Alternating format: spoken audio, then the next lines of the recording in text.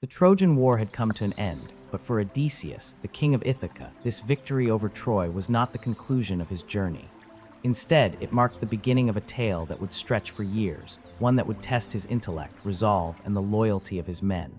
They had fought valiantly in the war, and the fall of Troy had been hard-earned, with the Greeks employing cunning strategies, such as the infamous Trojan horse, to breach the city walls.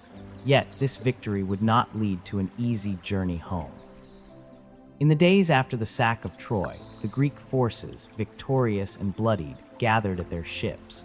The soldiers, eager for rest and their long-awaited return to their homes, were nonetheless driven by one key goal: to make their way back to their respective cities. But this was no simple task. Odysseus had been away from Ithaca for nearly 20 years, the last 10 of which were spent fighting in the Trojan War.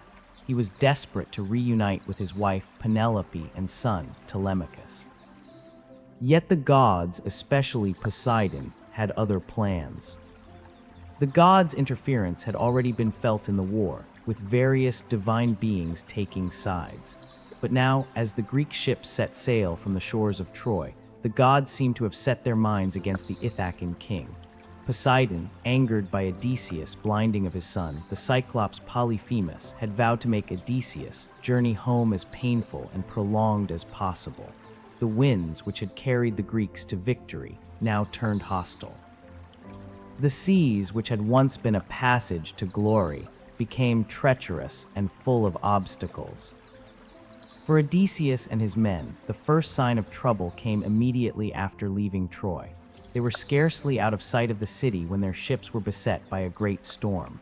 Poseidon, wielding his power over the sea, unleashed his fury, and the ships were scattered like leaves in the wind.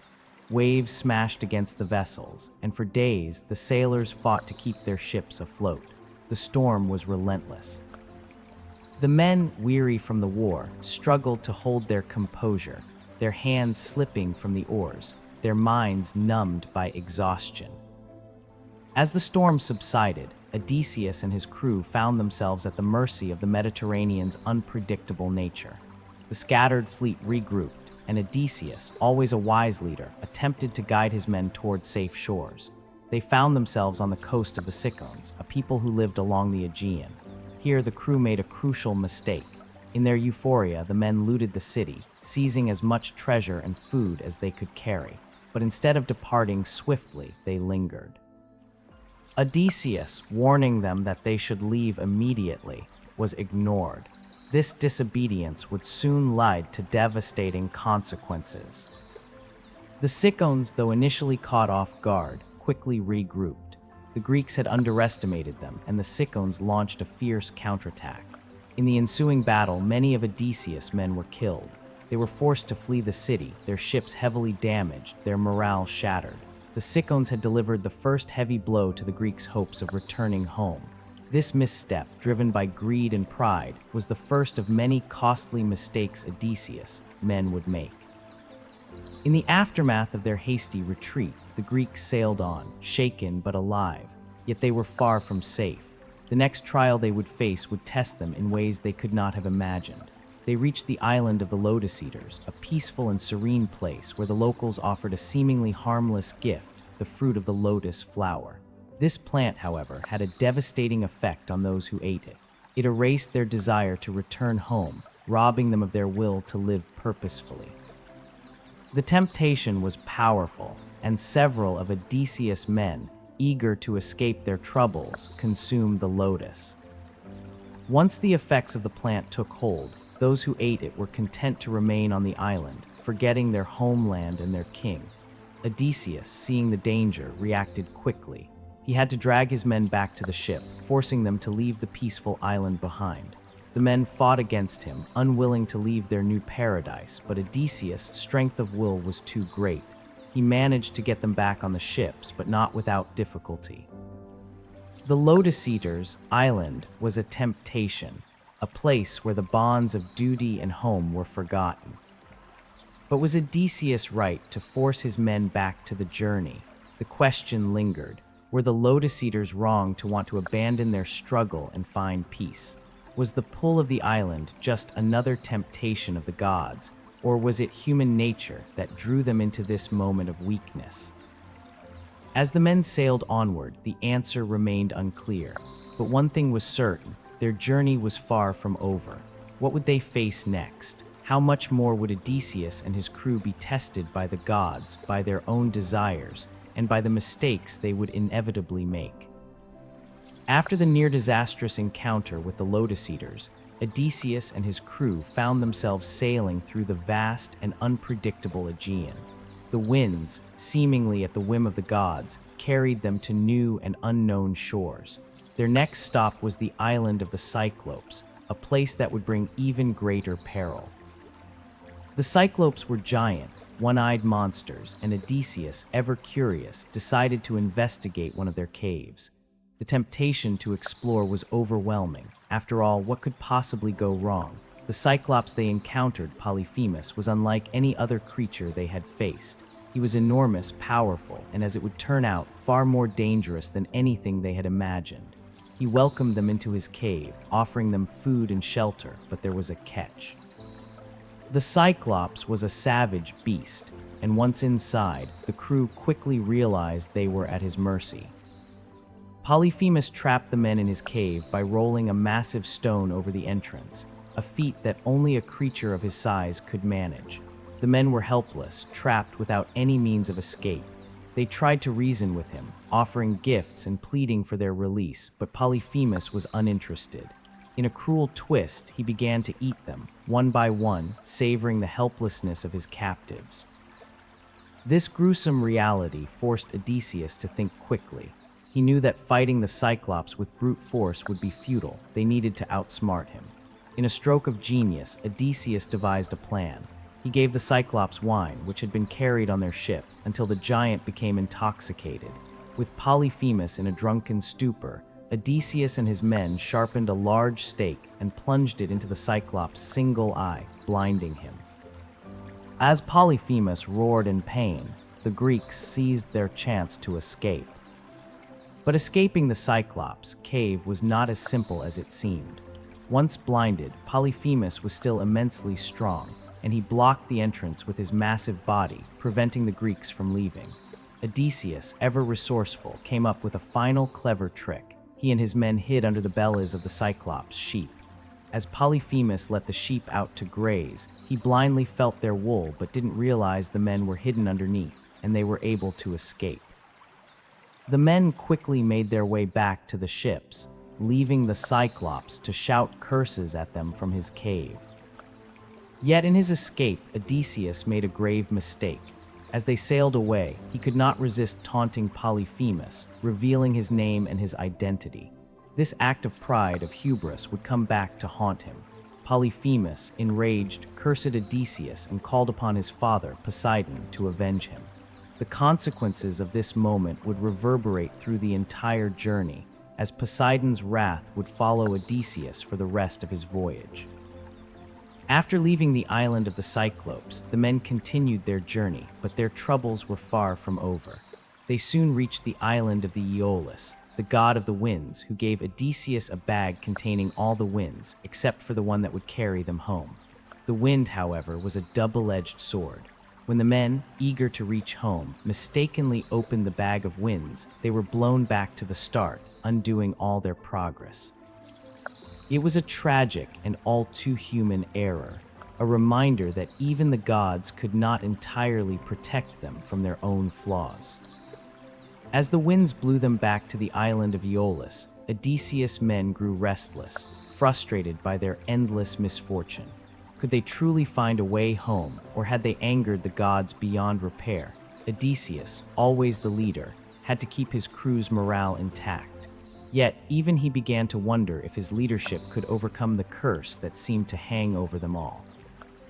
This journey, so full of gods, monsters, and misadventures, had already become far more than Odysseus had ever expected. The gods, it seemed, had turned against him, and his mistakes were catching up with him at every turn. Was this the price of arrogance, or was there something deeper at play, something more divine and inevitable than Odysseus could ever have realized? As Odysseus and his men faced yet another setback, one could not help but ask, would they ever make it home, or were they destined to wander the seas forever, lost to the whims of the gods and their own flawed nature. After the tumultuous and disastrous events on the island of Aeolus and many other misfortunes at sea, the journey back to Ithaca seemed impossible.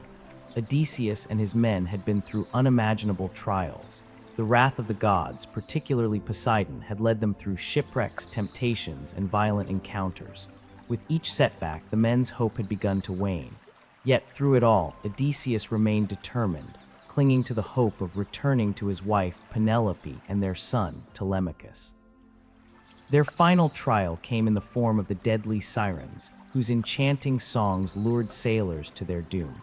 Odysseus, knowing the danger, ordered his men to plug their ears with beeswax so they could not hear the deadly song. But he, ever curious and resolute, tied himself to the mast of his ship, determined to hear the sirens' song, no matter the cost. As the ship sailed past, Odysseus strained against the ropes, desperate to break free and leap into the water, but his men, following his earlier orders, sailed on without him. The encounter with the sirens tested Odysseus' willpower and proved his vulnerability. Even the strongest of men, it seemed, were not immune to temptation. Having survived the sirens, the crew encountered yet another dangerous trial, the monster Scylla and the whirlpool Charybdis. As they passed through the strait, Odysseus had to make a harrowing decision, whether to steer closer to Scylla, with its 6 heads that would devour his men, or risk the whirlpool's deadly pull.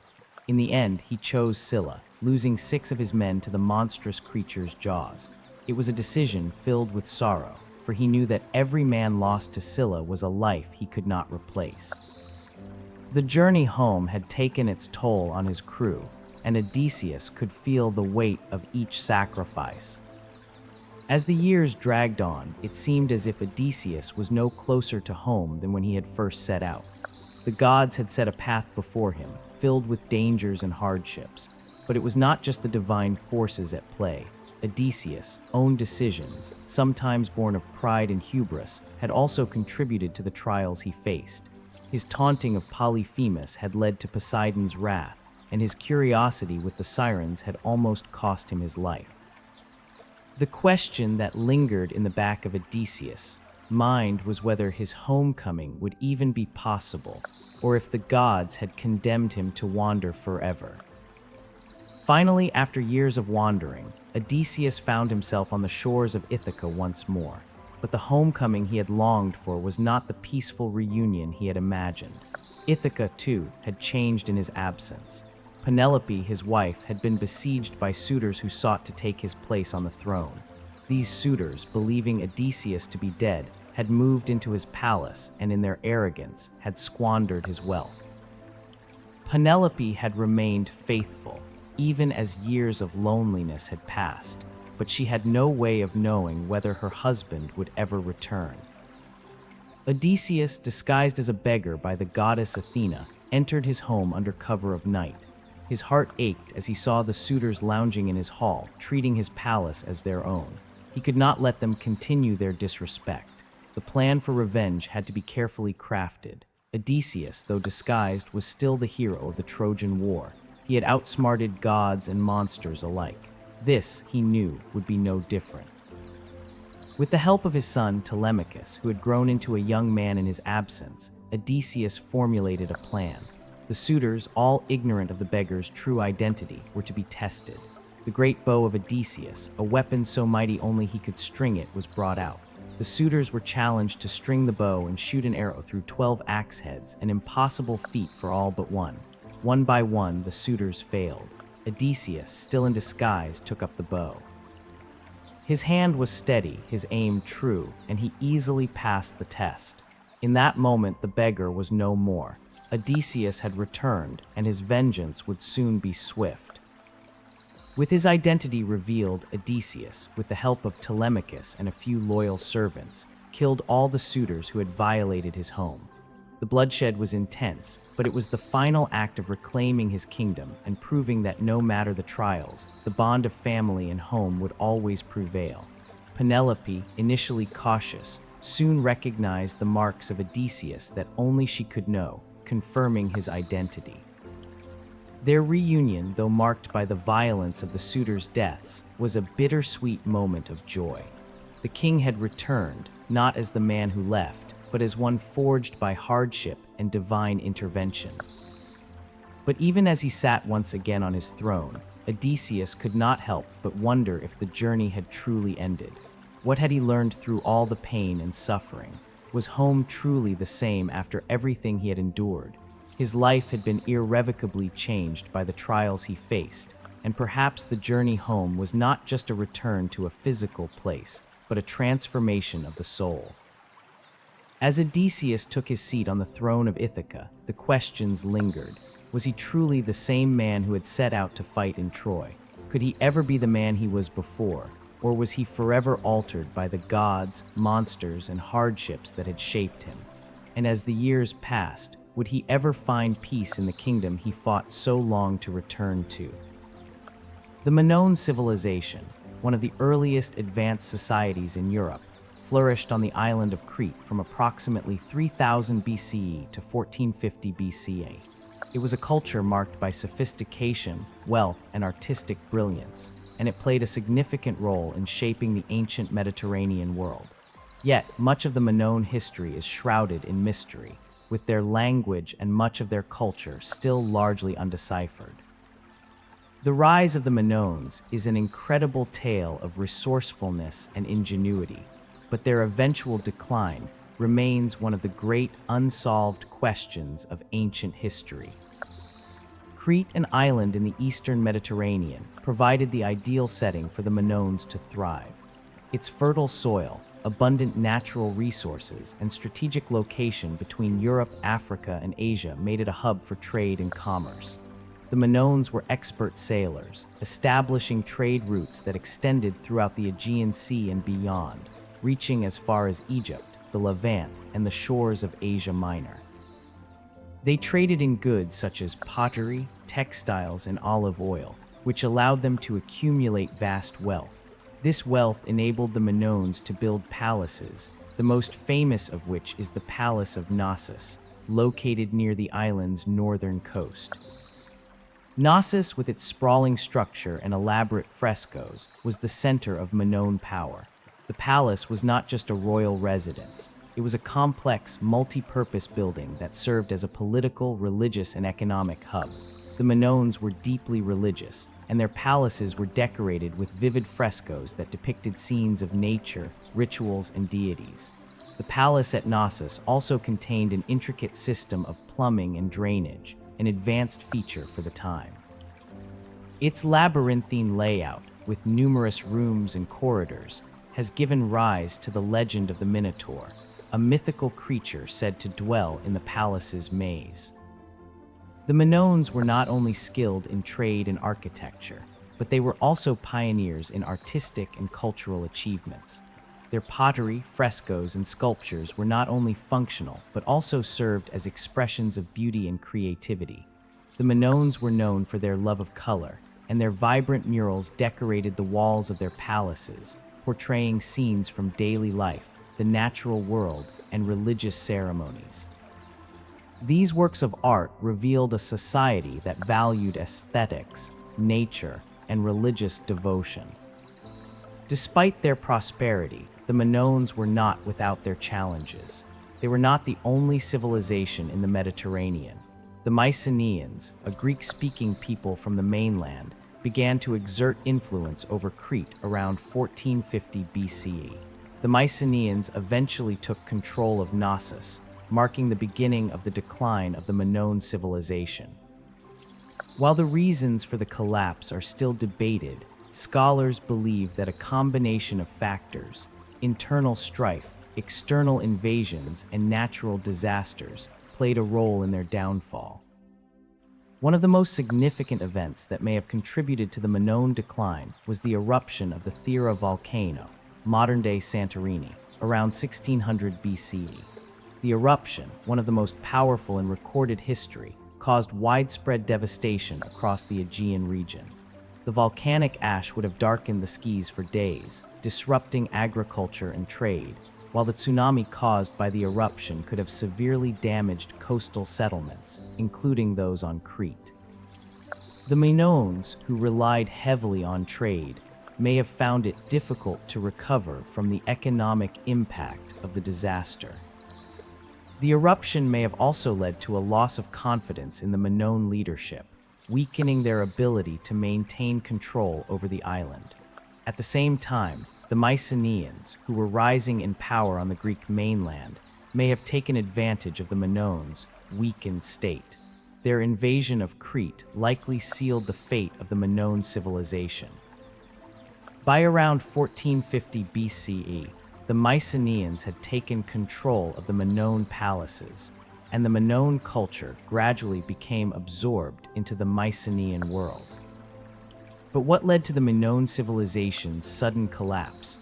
Was it the eruption of Thera, or were there other internal factors at play?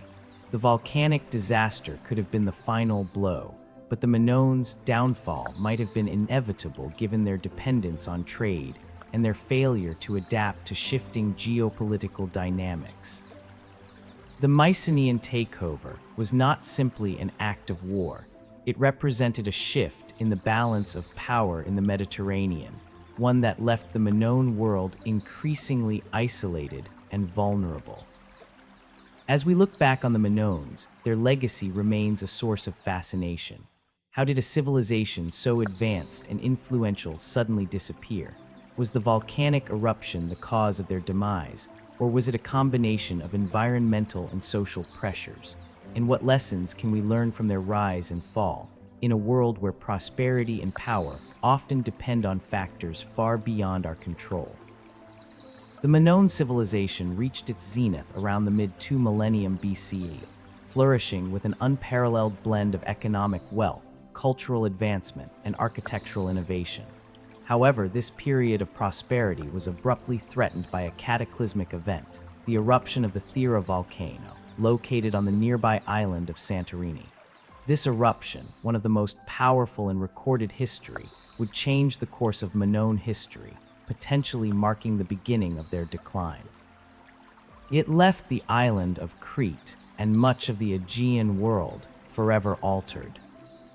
The Thera eruption, believed to have occurred around 1600 BCE, unleashed a catastrophic series of events. The eruption itself was massive, producing a tremendous explosion that sent an ash cloud miles into the sky. The impact on the surrounding regions was immediate and devastating. Ash fell over Crete, blanketing the island and disrupting agriculture for years. The fertile lands of Crete, so integral to the Minoans' thriving economy, were suddenly barren, and crops were destroyed. This disruption to their agricultural production would have had serious consequences for the Minoan economy, which relied heavily on trade in agricultural goods. But the eruption didn't just affect agriculture, it also brought with it a tsunami, which hit the coastal settlements of Crete with terrifying force. Evidence suggests that the Minoan harbors were inundated with waves, which would have destroyed ships, docks, and entire coastal communities. The loss of the Minoans' naval power was a blow from which they never fully recovered. Crete's dominance in maritime trade, the cornerstone of its wealth, was severely compromised. Without the ability to defend their shores or maintain their trade routes, the Minoans found themselves vulnerable to foreign influence and invasion. In addition to these physical devastations, the eruption left behind a psychological impact. The Minoans, who had long seen themselves as masters of the seas and architects of a sophisticated society, were now forced to contend with an external force far beyond their control. The eruption, in some ways, shattered the Minoans' worldview. It brought about a profound loss of confidence. In times of hardship, societies looked to their leadership for stability, but with the devastation wrought by the eruption, the Minoan leaders struggled to restore order. There was a sense of despair that hung over the island, further complicating the recovery process. The eruption also disrupted the Minoans' religious and cultural life. Many of the palaces on Crete, including the Grand Palace of Knossos, were dedicated to deities associated with fertility, nature, and the sea. The destruction wrought by the eruption, especially the ash that covered the island, could have been interpreted as a divine punishment or a bad omen, causing a further breakdown of social cohesion. The once vibrant religious rituals, which played a central role in uniting the Minoans, were severely disrupted. The loss of confidence in their gods, or a shift in religious beliefs, might have been a factor in the Minoans' eventual vulnerability to external forces. The impact of the Thera eruption was not limited to just Crete. It affected the entire Aegean region. The eruption's ash cloud reached as far as Egypt and the Levant, disrupting trade and causing widespread climate changes. It is even believed to have had an impact on the ancient civilizations of the Near East, as records from the time indicate that famine and environmental stress followed the eruption. The seismic activity from Thera and the resulting climate changes could have caused crops to fail in neighboring regions, resulting in widespread famine.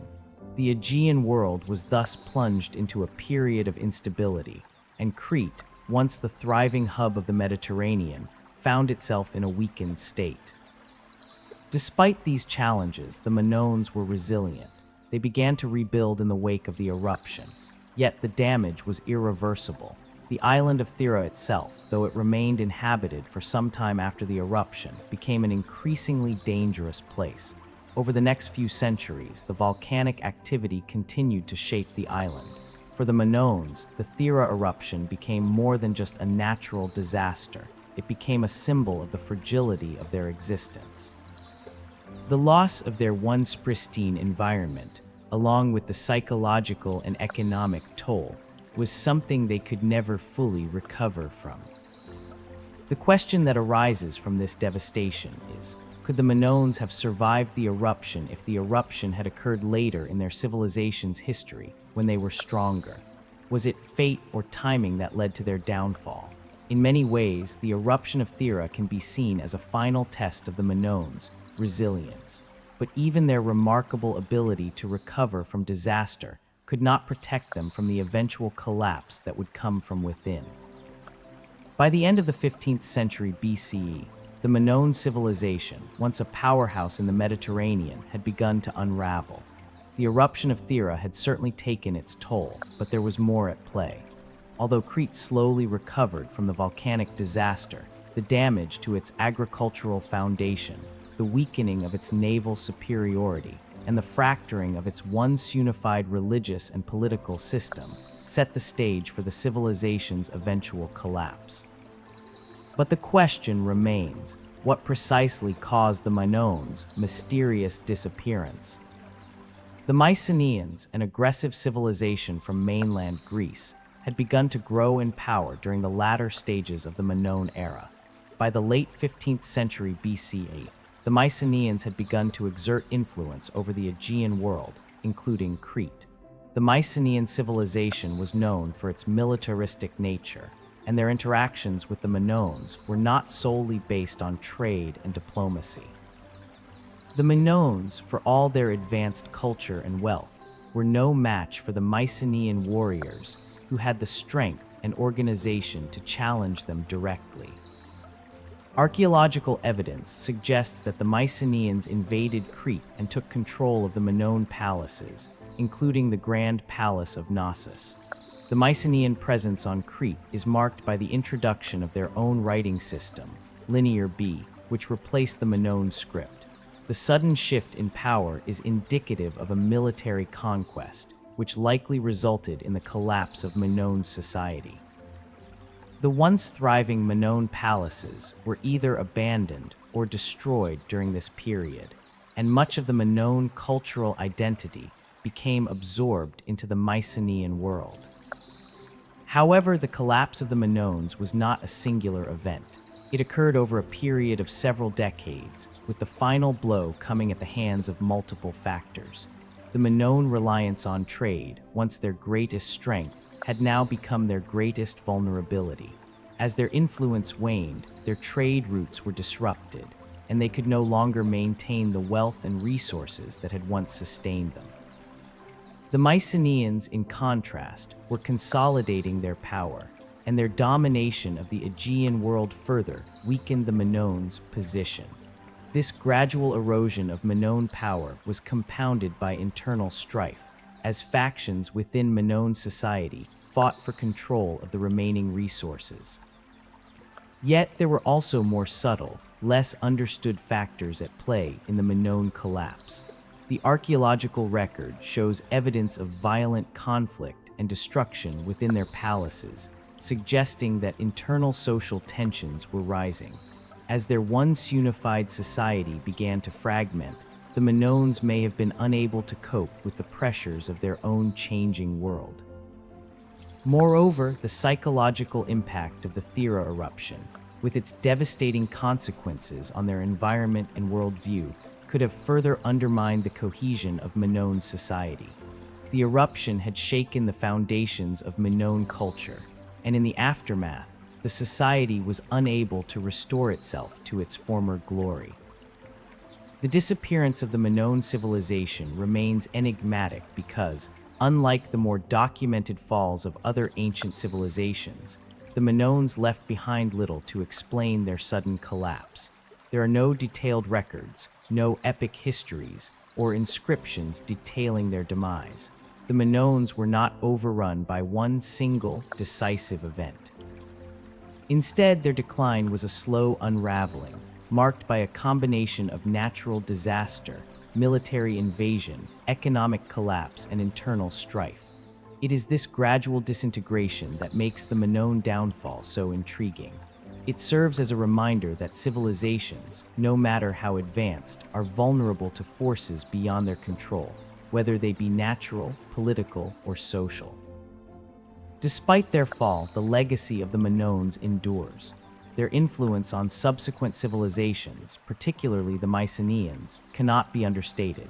Many aspects of Minoan culture, including their art, religious practices, and architectural styles, found their way into Mycenaean society and later into the broader Greek world. The Minoans were not just a footnote in history. They were the architects of a civilization that shaped the course of Mediterranean history.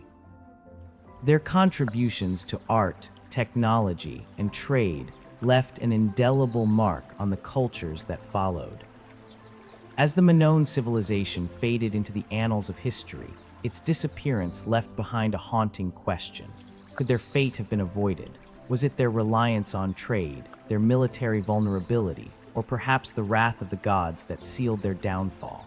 In the end, the Minoan story is a tale of both grandeur and tragedy, of a civilization that rose to greatness, only to be undone by forces both within and beyond their control.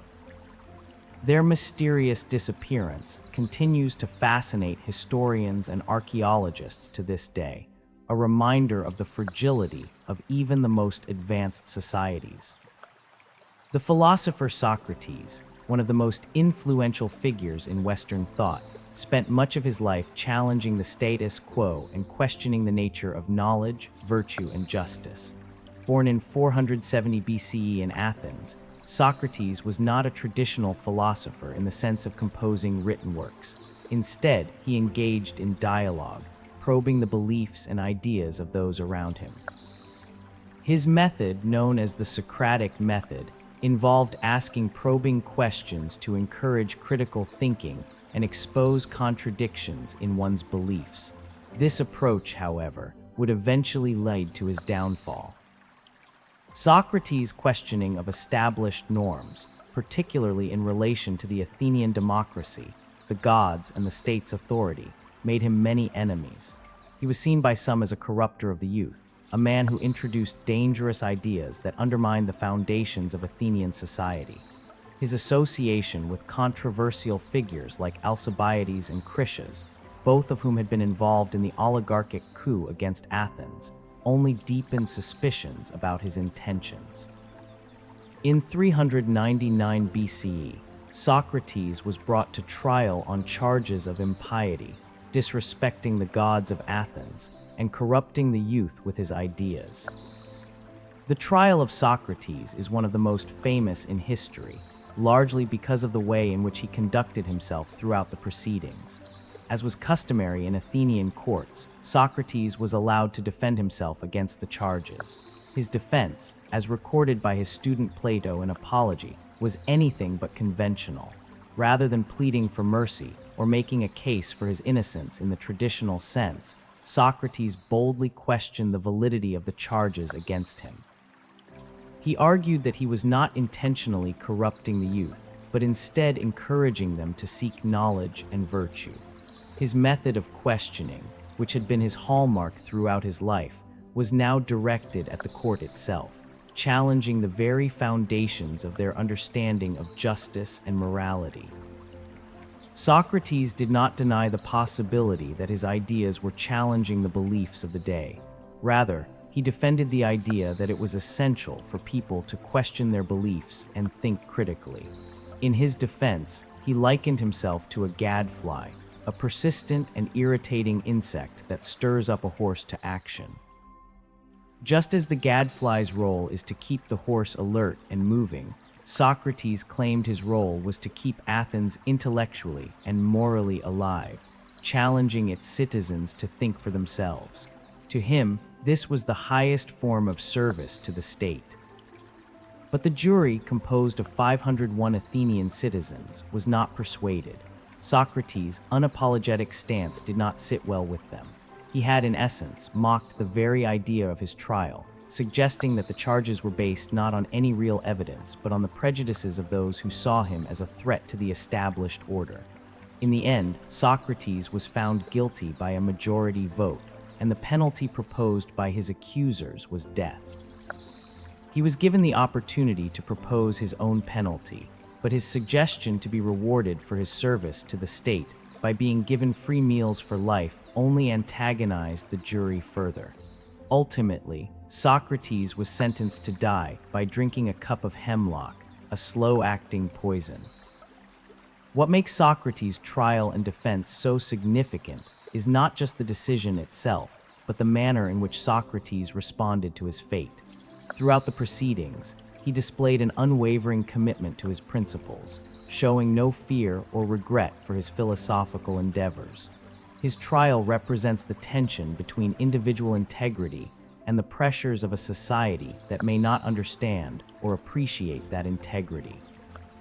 The fundamental question that arose from his defense was whether the state had the right to silence a thinker whose only crime was to challenge its assumptions and encourage others to do the same.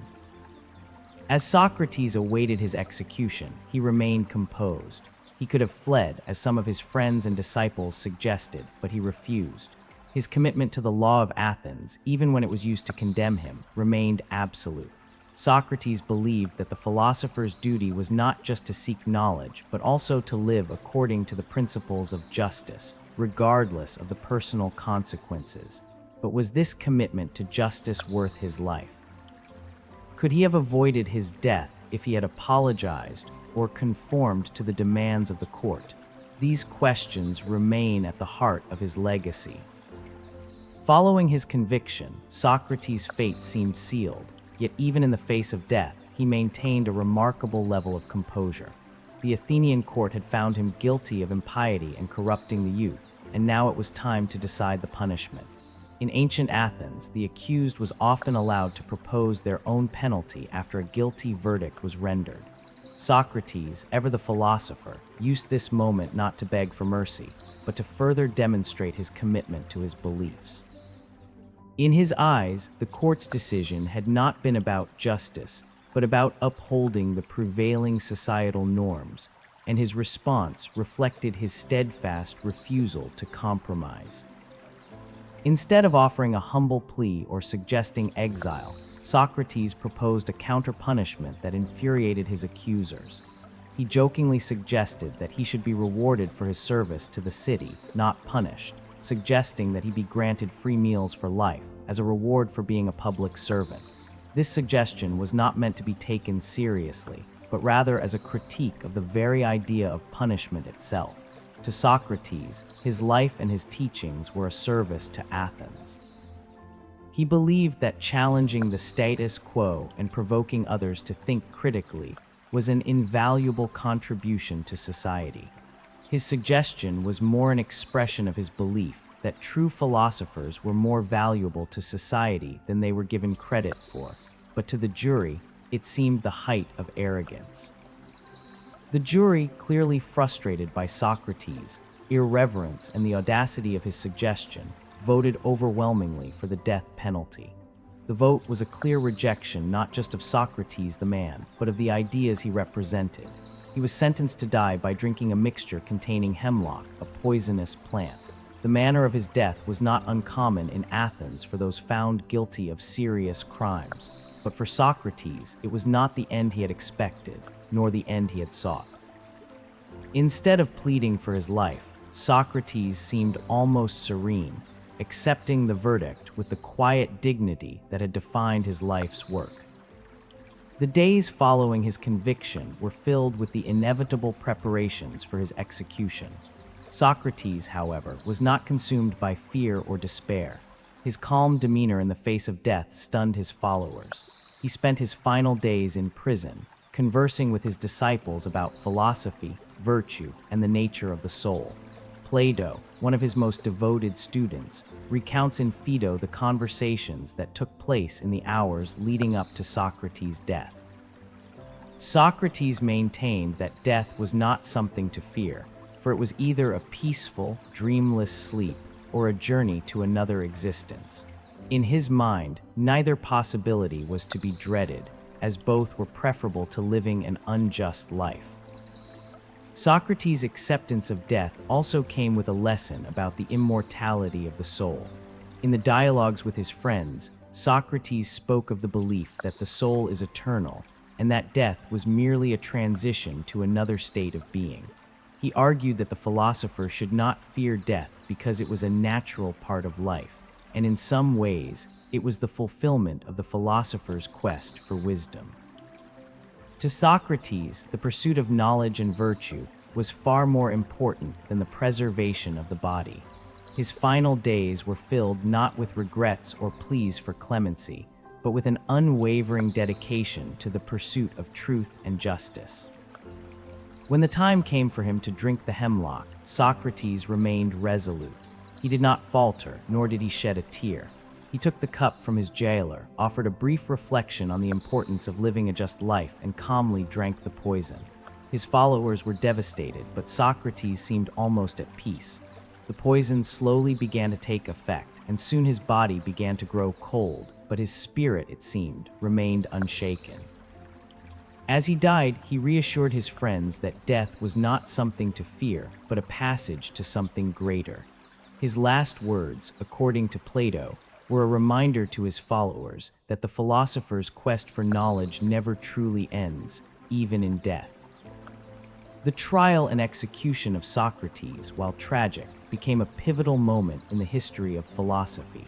His death marked the end of an era for Athenian intellectualism, but it also solidified his place as one of the greatest minds in Western history. His commitment to truth and virtue, even in the face of death, set a profound example for generations to come. Socrates did not die as a martyr for a political cause, but as a martyr for knowledge and philosophy. His legacy endured not through his written works, but through the lives of those he inspired and the philosophical schools that followed in his footsteps. What is perhaps most remarkable about Socrates' death is the way in which it challenges our modern understanding of justice and morality. Socrates did not die because of his ideas, but because those in power were afraid of the challenges he posed to their authority. His trial raised fundamental questions about the relationship between the individual and the state, about the role of the philosopher in society, and about the nature of virtue itself. In the end, Socrates' death was not the end of his philosophy, but rather the beginning of its widespread influence. He had shown that the pursuit of truth could not be silenced, even in the face of the most oppressive forces. The death of Socrates in 399 BCE was not merely the end of a life. It marked the beginning of an intellectual revolution that would shape Western philosophy for centuries to come. While his life was short, his ideas lived on long after he had passed. Socrates left behind no written records, yet his influence has endured through the works of his students, particularly Plato, who preserved his teachings in dialogues that remain foundational to philosophical thought. Socrates' legacy was built not on the doctrines he espoused, but on the method he pioneered, the Socratic method, a practice of relentless questioning and dialogue that has become the cornerstone of critical thinking. The trial and execution of Socrates revealed deep tensions in Athenian society. He was condemned not just for corrupting the youth or disrespecting the gods, but for being a symbol of intellectual freedom and dissent. Socrates' refusal to conform to the norms of his time made him a target for those in power who saw his philosophy as a threat to the established order. However, in the years following his death, it became clear that his teachings had struck a deeper chord within the fabric of human thought. His commitment to questioning authority, challenging assumptions, and seeking truth laid the groundwork for future generations of philosophers. Socrates' death also highlighted the precarious position of the philosopher in society.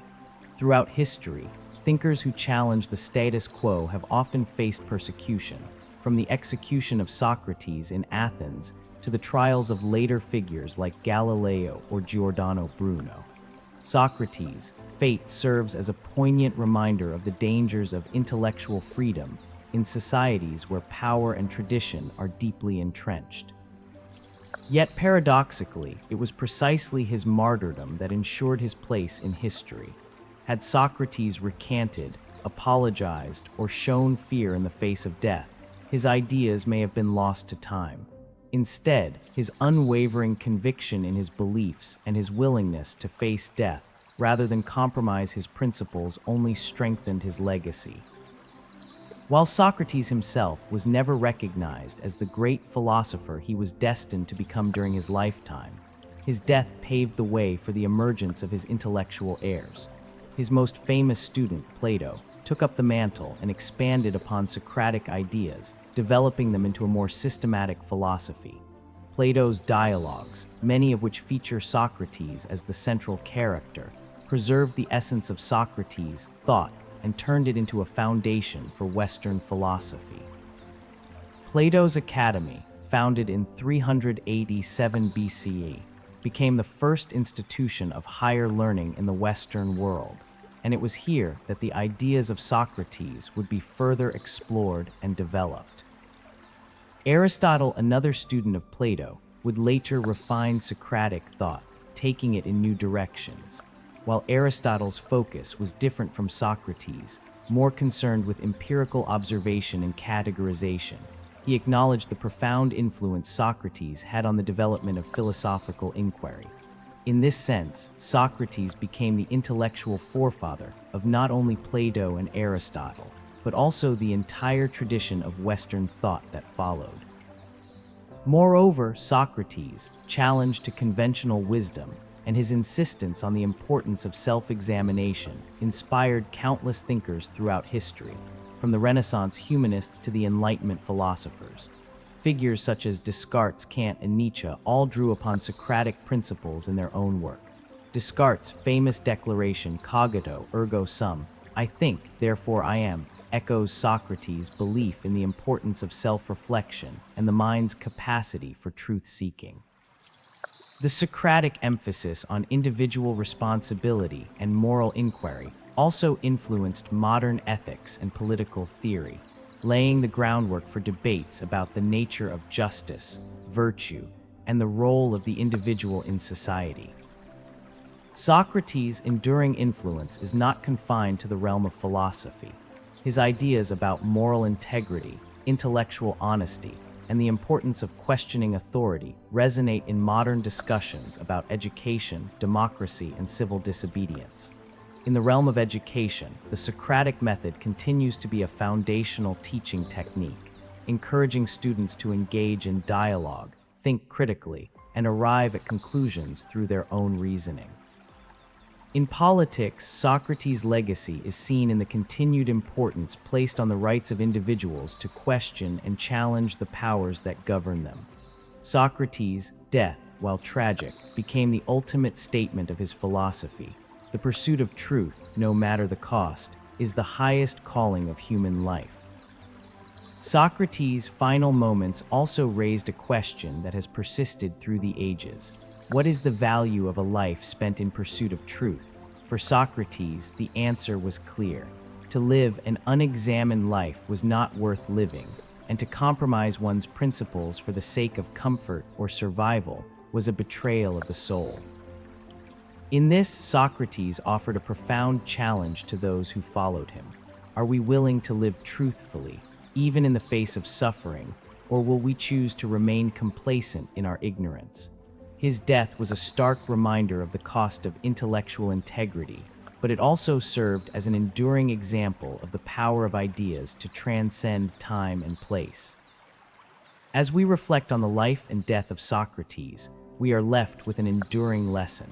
True philosophy is not about the accumulation of knowledge or the development of grand systems, but about the continual, unyielding quest for understanding and truth. Socrates' life and death continue to inspire all who seek knowledge and wisdom, and his legacy remains as vital today as it was over 2,000 years ago. The rise of Alexander the Great, one of history's most celebrated military leaders, began not in the grand battles of Persia or India, but in the ancient kingdom of Macedon. Born in 356 BCE to King Philip II and Queen Olympias, Alexander's early life was marked by his exposure to both political intrigue and military strategy. His father's ambition to expand Macedonian influence across the Greek world provided the young prince with an early education in leadership, statecraft, and warfare. But Alexander's true potential would only be realized after the assassination of his father, which thrust him onto the throne at the tender age of 20. Alexander inherited not only the kingdom of Macedon, but also the military ambitions of his father. Philip II had transformed Macedon from a small, fragmented kingdom into a powerful military force, using innovative tactics and a professional army. Upon ascending to the throne, Alexander was determined to fulfill his father's dream of expanding the Macedonian Empire into the vast territories of the Persian Empire. But unlike his father, who had focused his efforts on consolidating power within Greece, Alexander sought to conquer lands far beyond, beginning with the Greek city-states. His first military challenge as king was to solidify his control over Greece, where several city-states had remained hostile to Macedonian rule. In 336 BCE, following his father's assassination, a number of these city-states rebelled, sensing an opportunity to break free. However, Alexander wasted no time in asserting his authority. His first major victory came in the Battle of Chaeronea in 338 BCE, when he led the Macedonian army to a decisive victory over a coalition of Greek city-states. Despite his youth, Alexander's tactical brilliance on the battlefield was apparent. He personally commanded the cavalry, leading a charge that broke the enemy's lines and secured the victory. The win not only cemented his position as the ruler of Greece, but also paved the way for his future campaigns. The Battle of Chaeronea was more than just a military victory. It was a strategic triumph that allowed Alexander to unite Greece under Macedonian hegemony. After the battle, he was hailed as the leader of the Greek states, an honor that gave him the political leverage he needed to pursue his broader ambitions. Yet, it was not just military victories that defined Alexander's early reign. His ability to inspire loyalty among his soldiers and subjects was a key element of his success. Unlike other rulers who relied solely on force, Alexander cultivated a deep sense of personal loyalty from those around him. His charisma, his boldness, and his vision for a united world under Macedonian rule earned him the unwavering support of his troops, many of whom would follow him across the known world. But it was not enough to simply secure control over Greece. Alexander's ambitions stretched far beyond the borders of his kingdom. His eyes were set on the Persian Empire, the largest and most powerful empire in the world at the time. The Persians, led by King Darius III, had long been a thorn in the side of Greece, and Alexander saw an opportunity to avenge the Persian invasions of Greece during the 5th century BCE. To him, the conquest of Persia was not only a military goal, but a personal mission to surpass the achievements of the great Greek heroes of the past, particularly Achilles, whom he admired deeply. The prospect of leading a campaign against the Persians was more than just an extension of his father's legacy. It was the fulfillment of Alexander's own vision for world domination.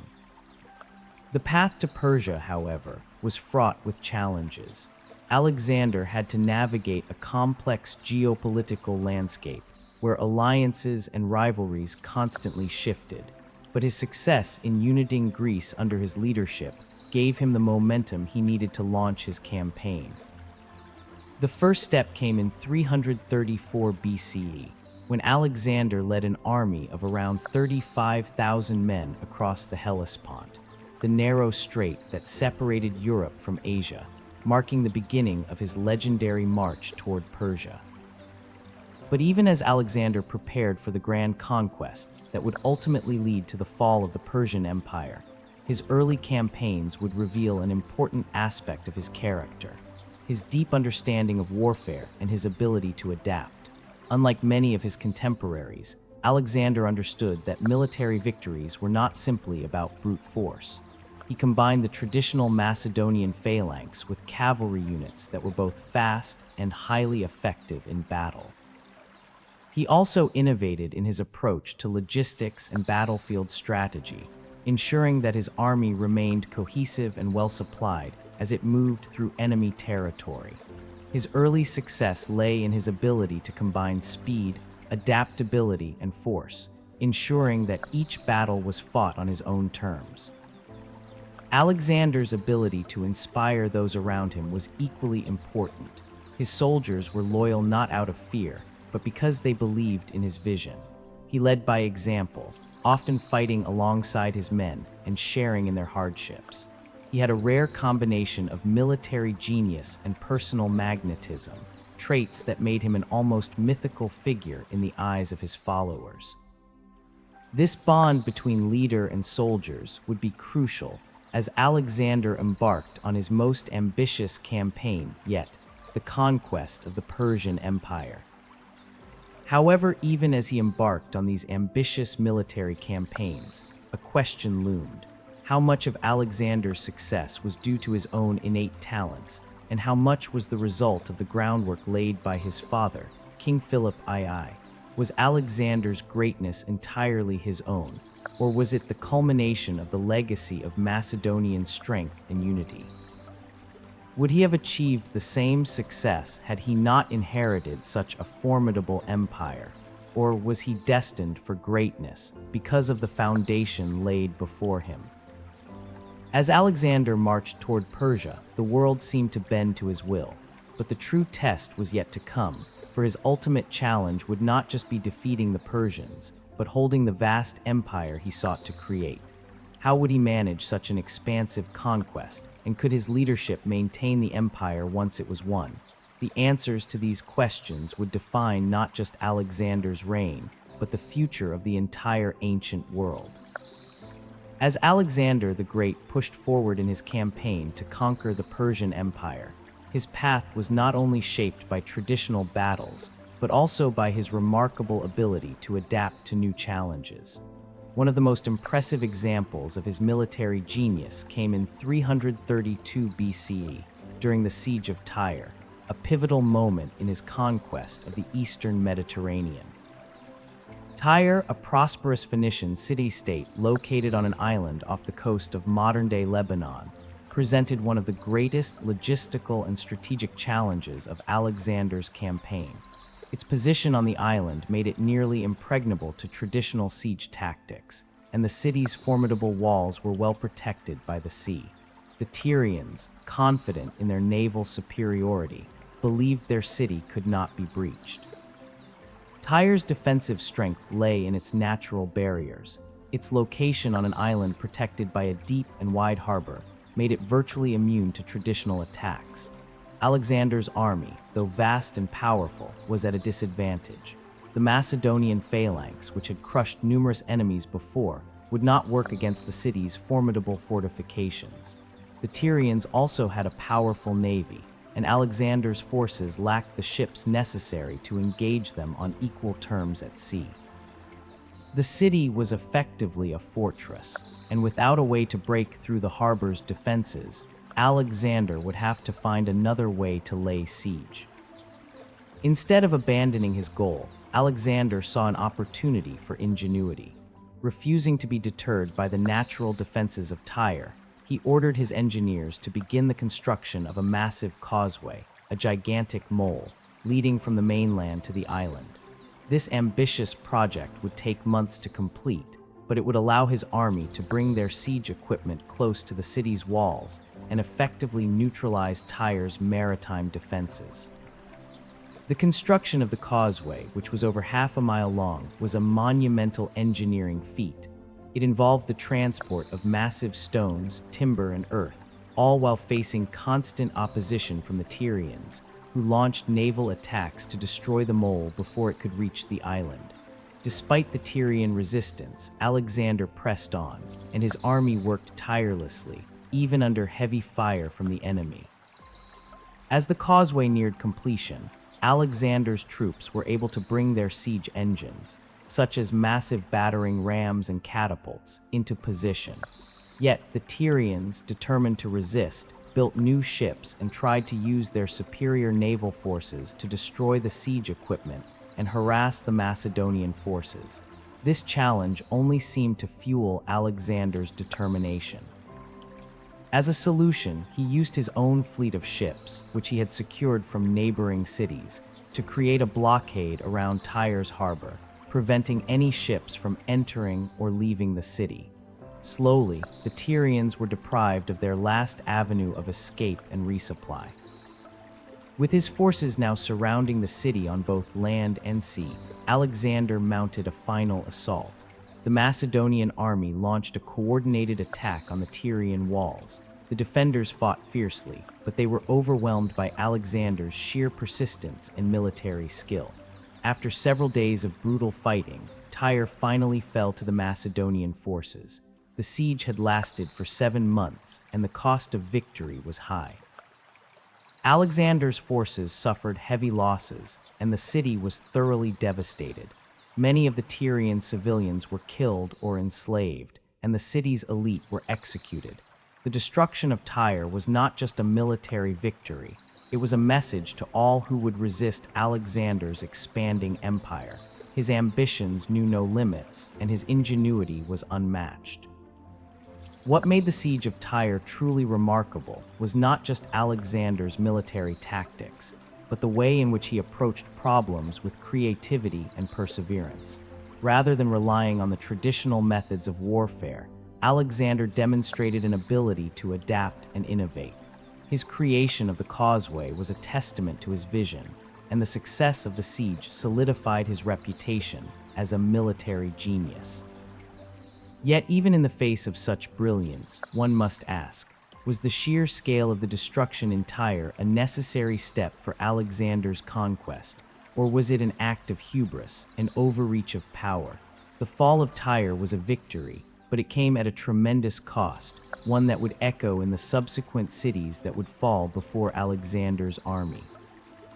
The siege also raised the question of how Alexander's military genius would play out as his empire expanded further eastward. Was he merely a product of his time, a leader who used the tools of his era to achieve great success, or was he truly a visionary capable of reshaping the world around him? His ingenuity and determination were unquestionable, but as his empire grew, would his tactics remain effective, or would the challenges of maintaining such a vast empire require a new kind of leadership? After the fall of Tyre, Alexander's path to Egypt lay open. The city's fall was more than a military victory. It was a statement of Alexander's unyielding will to conquer the known world. But with each victory came new challenges. The question of whether Alexander's method of warfare, driven by innovation and overwhelming force, would be sustainable in the long term remained unanswered. As he continued his march through the ancient world, he would face new obstacles, but Tyre had demonstrated his ability to overcome the impossible. Would this ingenuity, coupled with his ambition, continue to lead him to greater victories, or would it ultimately bring him to a point where even he could not adapt? After his victory in Tyre and his subsequent conquests throughout the eastern Mediterranean, Alexander the Great's ambitions turned eastward, toward the vast Persian Empire and beyond. As he advanced deeper into Asia, crossing into the heart of Persia, he faced a series of challenges that tested not only his military prowess, but also his leadership, adaptability, and vision for the future. The conquest of Persia was only the beginning of his journey. However, it was the march across the Hindu Kush, the formidable mountain range separating the Iranian plateau from the Indian subcontinent, that truly demonstrated his genius and determination. The Hindu Kush was a natural barrier, one that had thwarted many armies before. The mountains were steep, the weather harsh, and the terrain unforgiving. Yet for Alexander, this was merely another challenge to overcome in his pursuit of a larger world. The route across the Hindu Kush was treacherous, with snow-capped peaks, narrow passes, and a scarcity of food and supplies. The journey was long and exhausting, and the Macedonian army, having already endured years of campaigning, was weary and demoralized. But Alexander, who had already earned a reputation for his unshakable resolve, would not allow the environment or the hardships to deter him. Alexander's crossing of the Hindu Kush was one of the most significant moments of his campaign, for it marked the beginning of his conquest of India. It was not merely a geographical achievement, but a testament to his ability to inspire and lead his army in the face of overwhelming adversity. The men, although weary and struggling against the harsh conditions, followed their leader without question. Alexander's personal example of endurance and fortitude became a source of strength for his soldiers. His leadership, marked by an almost mythic determination, was the glue that held his army together during this grueling ordeal. Once across the mountains, Alexander and his army descended into the fertile lands of the Indus River Valley. Here, the landscape shifted, offering the promise of resources, food, and strategic advantages. But Alexander's march was far from over. The region was not without its own challenges. The local kingdoms, particularly those of the Indian subcontinent, were not passive in the face of Alexander's advance. The armies he encountered were formidable, and the cultures and strategies they employed were vastly different from those of the Persian Empire. Alexander's army, although seasoned and battle-hardened, had to adapt to these new challenges if it were to continue its conquest. One of the most notable encounters during this phase of his campaign was the Battle of the Hydaspes River in 326 BCE, fought against King Porus of the Paurava kingdom. Porus, a skilled and determined ruler, commanded a large and well-equipped army, including war elephants, which were a terrifying force on the battlefield. The Hydaspes River, swollen with the monsoon rains, added another layer of complexity to the battle, as Alexander's army had to cross it to face Porus' forces. The crossing itself was a tactical triumph. Alexander, despite the challenges of the river and the monsoon, managed to outmaneuver Porus' army by crossing the river at a point where his enemy least expected, allowing him to gain the element of surprise. The battle that followed was one of the most difficult of Alexander's career. The war elephants, which had served as an intimidating force for centuries in Indian warfare, proved to be a formidable challenge for Alexander's forces. However, Alexander's strategy, which involved targeting the elephants with archers and cavalry and flanking the enemy, ultimately proved successful. The battle was hard fought, but Alexander emerged victorious, forcing Porus to surrender. Afterward, Alexander showed great respect for his defeated opponent, reinstating him as the ruler of his territory, a practice he often followed after victory. This marked not only a military victory, but a diplomatic one, as it cemented Alexander's reputation as a leader who could both conquer and integrate foreign territories into his empire. The victory at Hydaspes was a significant achievement in Alexander's campaign, and it opened the doors for further expansion into the Indian subcontinent. However, it was also a turning point in his campaign. His troops, battle-worn and yearning for home, began to grow restless. After years of continuous campaigning, many of Alexander's men expressed their desire to return to Macedon. Their morale was beginning to falter, and the prospect of further advancing into the Indian subcontinent seemed daunting. Alexander, though a brilliant strategist, now found himself caught in the balance between his unyielding ambition and the growing weariness of his army. Despite his wishes to push further eastward, Alexander was forced to turn back. The decision to halt his campaign at the banks of the Beas River in India marked a rare moment of concession in Alexander's otherwise unrelenting drive for conquest. His men, exhausted and longing for home, had refused to march any further. This was not the defeat of an enemy on the battlefield, but the defeat of an empire's will to continue pushing forward in the face of human limits. For all his genius, Alexander could not conquer the deepest desires of his army for rest and return. Alexander's journey through the Hindu Kush and into India, though cut short, demonstrated several key aspects of his leadership. It showed his ability to think beyond traditional battle strategies, his resilience in the face of enormous obstacles, and his deep understanding of the psychological dynamics of his army. His military genius was not just in his tactics, but in his ability to inspire those around him to overcome what seemed impossible. Yet, as his empire stretched further than any other before it, the question remained: could Alexander's ambition be sustained indefinitely, or had he reached the limits of what was possible, even for a man of his remarkable talents? Alexander's return from India was not the end of his conquests, but it marked the beginning of a new chapter in his leadership. While his eastern expansion was halted, his empire still spanned a vast region, from Greece to Egypt, and from Persia to India. As he turned his attention back toward the heart of his empire, he was left with a question that would haunt him until the end of his days. How could he hold together an empire so vast and diverse, one that stretched across so many cultures, landscapes, and people? The answers, as history would show, would be difficult to find. Cleopatra VII, the last pharaoh of Egypt, is one of the most enigmatic and fascinating figures in history. Her life was a blend of politics, power, and romance, yet behind the dramatic tales of her relationships with Julius Caesar and Mark Antony lay a shrewd and ambitious ruler who faced extraordinary challenges in maintaining Egypt's sovereignty. Born in 69 BCE, Cleopatra was a member of the Ptolemaic dynasty, which had ruled Egypt since the time of Alexander the Great's generals.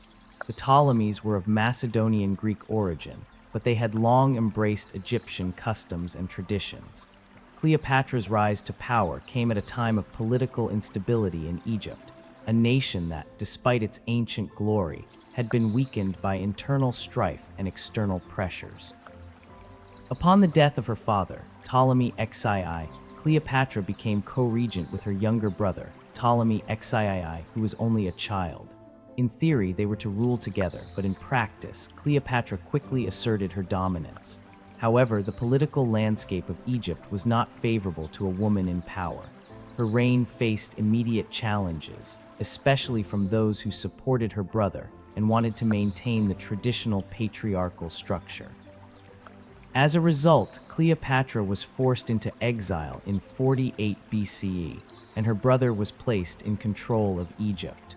Cleopatra, however, was not one to relinquish power easily. At this point, Cleopatra's fate became intertwined with that of Rome, the rising power in the Mediterranean.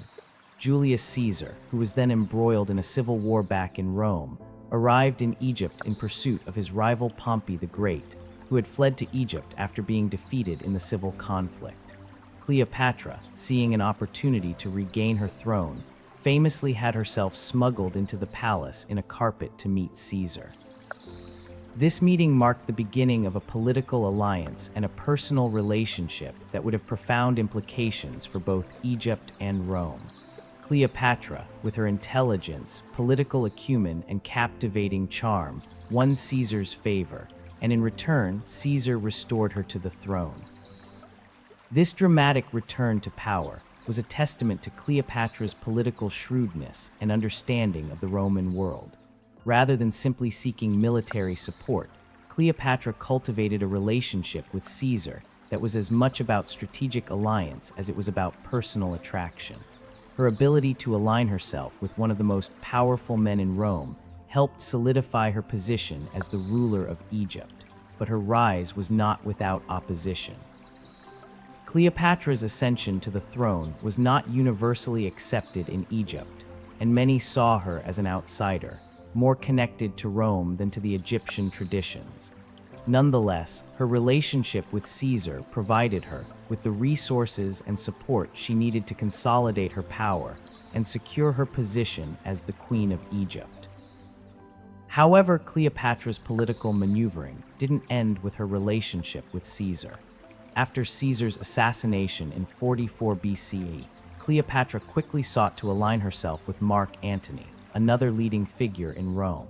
Her relationship with Antony would define the later years of her reign and ultimately lead to the downfall of both Antony and herself. The alliance with Antony, like her earlier one with Caesar, was rooted in a desire for political and military strength. In Antony, Cleopatra saw an opportunity to solidify her rule not just in Egypt, but across the Mediterranean. Their union produced 3 children, and for a time, it seemed as though Cleopatra's vision for a restored Egyptian empire, allied with Rome, was within reach. But their relationship also sparked fierce opposition from Rome, particularly from Octavian, Caesar's adopted heir. Octavian saw Antony's alliance with Cleopatra as a threat to his own ambitions and the unity of Rome. The rivalry between Octavian and Antony soon escalated into a full-blown conflict, culminating in the famous Battle of Actium in 31 BCE. In this pivotal naval battle, Antony and Cleopatra's forces were decisively defeated by Octavian's fleet, marking the end of their power and the beginning of Rome's dominance over the Mediterranean. Cleopatra's rule, once marked by brilliance and strategic alliances, came to an abrupt and tragic end. In the aftermath of their defeat at Actium, Antony and Cleopatra retreated to Egypt. With Octavian's forces closing in, they both chose to end their lives rather than face capture. Cleopatra, in particular, has been immortalized in history for her dramatic and tragic death. The exact details of her demise remain a subject of debate, but it is generally believed that she committed suicide by allowing herself to be bitten by an asp, an Egyptian cobra. Her death marked the end of the Ptolemaic dynasty and the final chapter in Egypt's long history as an independent kingdom. Cleopatra's story is not simply one of romance and drama, but of a woman who navigated a complex political landscape with exceptional skill. She was not just a seductress, as she is often portrayed, but a ruler who sought to protect her kingdom and assert her power in a world dominated by men. Her alliances with the greatest Roman leaders of her time reflect her keen understanding of the geopolitical dynamics of the Mediterranean. But her story also serves as a cautionary tale about the dangers of hubris and the fragility of political power. Cleopatra's attempt to maintain Egypt's independence by allying with Rome ultimately led to her downfall, as the power struggles within Rome made it impossible for her to secure the future she envisioned for herself and her people. The question that lingers is whether Cleopatra's demise was inevitable. Could she have achieved her goal of an independent Egypt, aligned with Rome, if she had made different political choices? Would a different strategy have spared her the fate that ultimately befell her? Cleopatra's legacy, while often clouded by myth and sensationalism, is a reminder of the complexities of power, love, and the pursuit of political survival in the ancient world.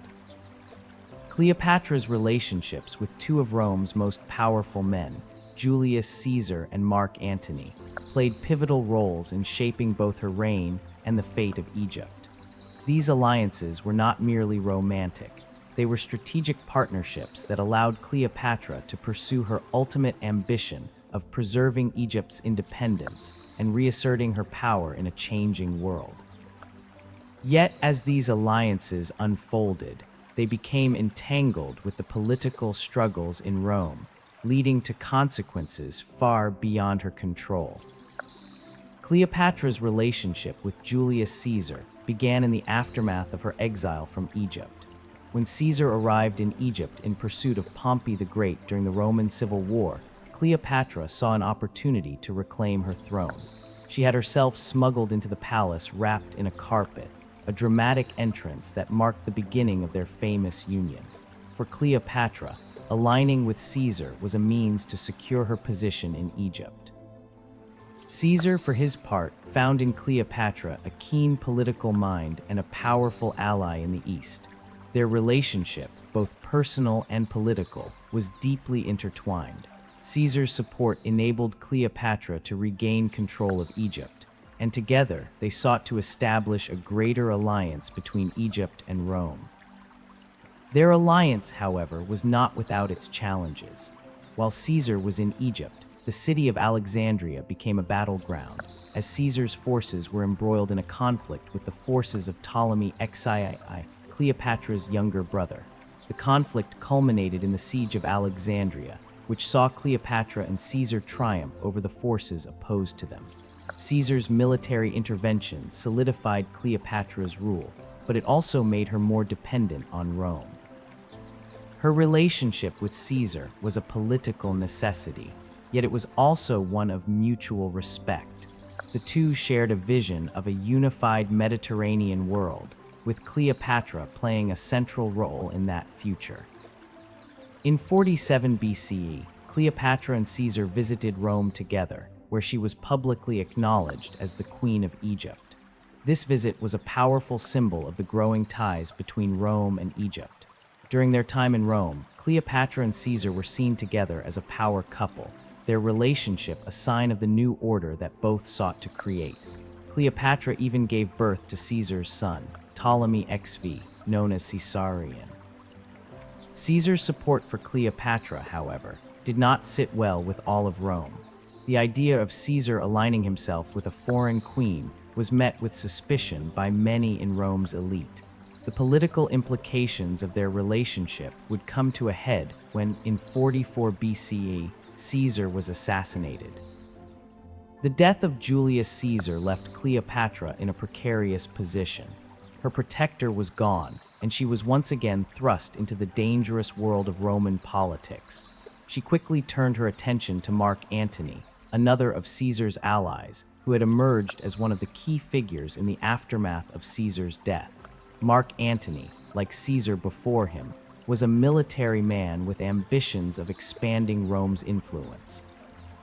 But unlike Caesar, Antony's ambitions were more directly aligned with Cleopatra's vision of preserving Egypt's independence. Cleopatra and Antony's relationship was rooted in mutual political and military interests. Antony sought to secure his own power within the Roman Republic, and in Cleopatra, he saw an ally who could help him achieve that goal. In return, Cleopatra saw in Antony the potential to secure Egypt's place within a new Roman order. Together, they forged a political and military partnership that would lead to the birth of 3 children: Alexander Helios, Ptolemy Philadelphus, and Cleopatra Selene. Their union was seen by many as the ultimate consolidation of power in the Eastern Mediterranean. The relationship between Cleopatra and Mark Antony was not just a political one, it was also a personal one. Their bond, marked by shared interests and ambitions, was at the heart of their strategy to secure their rule. Yet, just as with her relationship with Caesar, Cleopatra's alliance with Antony provoked hostility in Rome. The growing power of Antony and Cleopatra, particularly their joint military campaigns, was seen as a direct challenge to the authority of Rome's rising leader, Octavian, later Augustus, the adopted son of Julius Caesar. As Antony and Cleopatra's influence expanded, so did the political tension between them and Octavian. In 32 BCE, the conflict between Antony and Octavian came to a head. The battle lines were drawn, and the stage was set for the Battle of Actium, the most decisive confrontation between the two forces. The war that had begun as a struggle for control over the legacy of Julius Caesar now became a battle for the very future of the Roman world. Octavian, who had positioned himself as Caesar's true heir, saw Antony's alliance with Cleopatra as a betrayal of Rome, while Antony, emboldened by his relationship with the Egyptian queen, saw Octavian as a rival to be defeated. The Battle of Actium in 31 BCE proved to be a turning point. Despite the initial strength of their forces, Antony and Cleopatra were decisively defeated by Octavian's fleet. The battle was not just a military loss, it was a loss of vision. Cleopatra and Antony's dream of a united Mediterranean world under their rule crumbled, and their fate was sealed. After the defeat, the two lovers retreated to Alexandria, where they would ultimately take their own lives, unable to face capture by Octavian. Cleopatra, in particular, has become synonymous with this tragic end, her death marked by the dramatic image of her allowing herself to be bitten by an asp, a symbol of her final act of defiance. Their deaths marked the end of the Ptolemaic dynasty and the beginning of Egypt's incorporation into the Roman Empire. But the legacy of Cleopatra and her relationship with Caesar and Antony continues to captivate historians, poets, and artists alike. In her quest to secure Egypt's independence, Cleopatra had formed powerful alliances, but in the end, it was these very alliances that would lead to her downfall. What remains is the enduring mystery of her reign. How could such a brilliant ruler, armed with charm, intelligence, and strategic foresight, ultimately be undone by the shifting tides of Roman politics? The Battle of Actium in 31 BCE was the final, devastating blow to Cleopatra and Mark Antony's grand ambitions. The conflict between Antony and Octavian, once a political rivalry, had escalated into a full-blown war for control of the Roman world. Cleopatra, by aligning herself with Antony, had entered a perilous game, one that ultimately led to her downfall.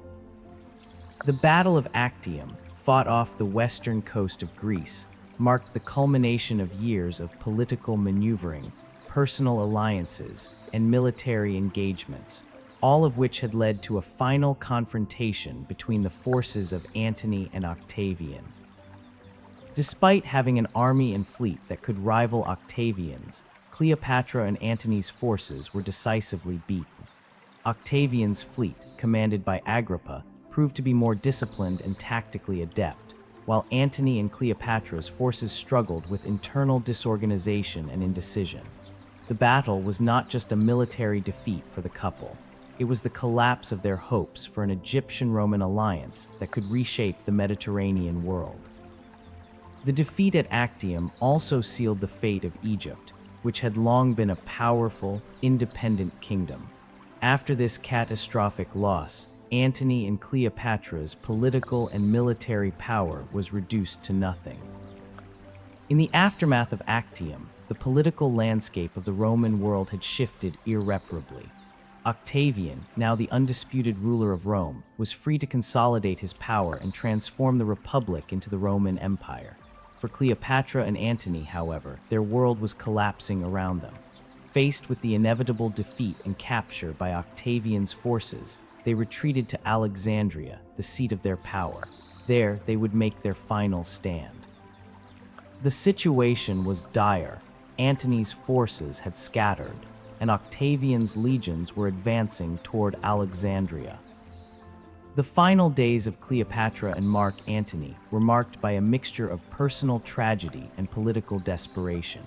As Octavian's forces closed in, both Antony and Cleopatra sought to preserve some semblance of dignity and control over their own fates.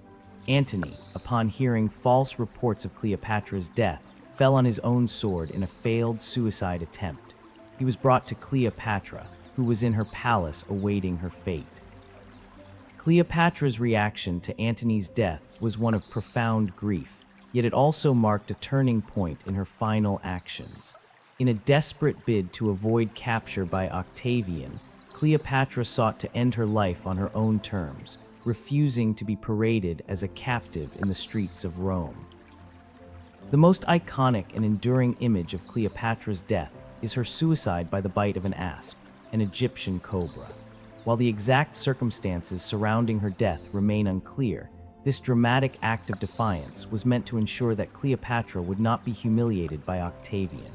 Some historians have suggested that Cleopatra may have arranged for a hidden wound or poisoning to achieve her death, while others argue that the asp bite was a symbolic gesture of power and autonomy. Regardless of the method, Cleopatra's death marked the end of the Ptolemaic dynasty and Egypt's sovereignty. Octavian, upon hearing of Cleopatra's death, was left with no reason to further pursue a military conquest in Egypt. He immediately took control of the kingdom, and Egypt was officially annexed into the Roman Empire. Cleopatra's children, whom she had with Julius Caesar and Mark Antony, were spared from death, but they were brought to Rome as symbols of Octavian's triumph. Egypt's independence, which had once been one of the most powerful and influential forces in the ancient world, was now over, subsumed by the might of Rome. In the years that followed, the legacy of Cleopatra would become a subject of fascination and speculation. Roman historians, particularly those aligned with Octavian, now Emperor Augustus, painted her as a seductress and manipulator who had used her beauty and charm to control two of the most powerful men in Rome. Yet modern historians have sought to uncover the true extent of her political acumen, recognizing that Cleopatra was not simply a romantic figure, but a shrewd ruler who fought desperately to maintain Egypt's independence in a world dominated by Rome. Cleopatra's reign, although brief, was one of the most dramatic in history, and her death sealed Egypt's fate as a Roman province. Her story raised questions about power, survival, and the role of women in leadership. She was both a victim of her time, in a world where female rulers were rare and often undervalued, and a political force who fought fiercely to preserve her kingdom. Her alliances with Caesar and Antony, though ultimately unsuccessful in securing Egypt's sovereignty, were masterstrokes of political strategy, designed to keep her people free from Roman control. Her tragic death has inspired countless works of art, literature, and drama, immortalizing her as a figure of romance, mystery, and political intrigue. But behind the myths lies the story of a woman who, despite facing overwhelming odds, fought tirelessly to shape her own destiny and protect her kingdom. Her legacy, however, does not merely lie in her relationships with Caesar and Antony, but in her role as a leader who faced the forces of Rome with courage, intelligence, and unrelenting determination. Cleopatra's life and death offer a timeless reminder of the price of power, the fragility of empires, and the unyielding drive of individuals who dare to challenge the established order. The Plague of Athens, which struck in 430 BCE during the second year of the Peloponnesian War, remains one of the most tragic and mysterious events in the history of ancient Greece. At the time, Athens was the undisputed leader of the Delian League, a powerful naval alliance that sought to expand its influence in the eastern Mediterranean. The city was at the height of its cultural, political, and military power. Yet just as Athens seemed poised for victory in the ongoing war against Sparta, a devastating plague swept through the city, undermining its strength and leaving a profound mark on its history. The origins of the plague remain unclear, and its precise nature is still debated by historians and scientists. Some have speculated that the disease may have been typhoid fever, while others suggest it could have been a form of bubonic plague. Whatever the cause, the disease arrived in Athens in 430 BCE, likely through the port of Piraeus, where a large influx of refugees had gathered to escape the Spartan siege of the city. As the Peloponnesian War dragged on, Athens had become a crowded, isolated city, with thousands of people, soldiers, refugees, and citizens, packed into its walls for protection. This overcrowding created ideal conditions for the spread of the disease. The plague's onset was rapid and devastating. It struck without warning, and within weeks it began to take a heavy toll on the population. Those who fell ill experienced fever, vomiting, and severe internal pain. The disease spread so quickly that even the most experienced doctors were unable to offer relief. In some cases, victims were said to have died within days of showing symptoms. The lack of effective medical treatments and the inability to understand the nature of the disease exacerbated the terror. The people of Athens were gripped by fear and helplessness as the plague ravaged the city, leaving few untouched. It was not only the physical devastation that left its mark on Athens, but the psychological toll the plague took on the citizens. In his account of the event, the historian Thucydides, who himself survived the plague, described how the disease led to widespread social breakdown.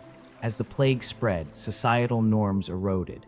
People began to lose all sense of order and civility, driven by desperation and the fear of imminent death. Acts of sacrilege, lawlessness, and violence became common as people sought to protect themselves from the plague's reach.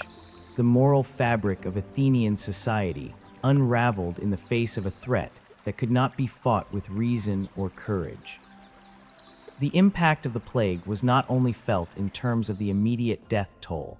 By some estimates, as much as 1/3 of Athens' population perished, but also in the political and military chaos that followed. As the disease tore through the city, it struck down even prominent leaders, including the Athenian general Pericles. Pericles had been the architect of Athenian imperialism and had guided the city through many challenges.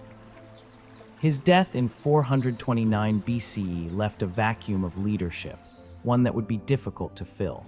While Pericles' successor, the Athenian aristocracy, and the city's military leaders continued to lead, they lacked the unified vision and authority that had characterized Pericles' reign. The death of such a large portion of the population also meant a drastic reduction in the workforce, which had a significant impact on Athens' military and economic capabilities. A city that had once boasted the most powerful navy in the Mediterranean was now struggling to maintain its defense.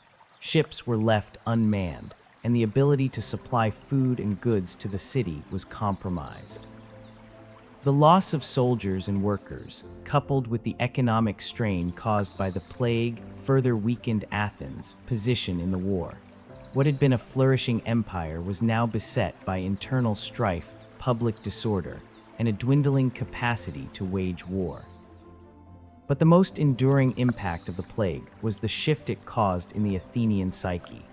The disease, which struck indiscriminately and without warning, forced the people of Athens to confront the fragility of their society. Thucydides' account of the plague emphasized how it led to a loss of faith in the gods, a disillusionment with traditional religious practices, and a general feeling of nihilism. As people died without reason, the Athenians began to question the meaning of their lives, their city, and their empire. The plague, in many ways, shattered the myth of Athenian invincibility, replacing it with a stark reality that even the most powerful city-state in Greece was vulnerable to forces beyond its control. This deep sense of despair would have far-reaching consequences in the years that followed. The plague marked the beginning of a long period of decline for Athens, and its effects on Athenian society can still be felt in the historical record. The death of Pericles, the breakdown of order, and the lasting psychological trauma from the disease all played significant roles in weakening Athens' ability to resist the growing power of Sparta. The plague was not the sole reason for Athens' eventual defeat in the Peloponnesian War, but it certainly accelerated the process, serving as a harbinger of the city's inevitable collapse.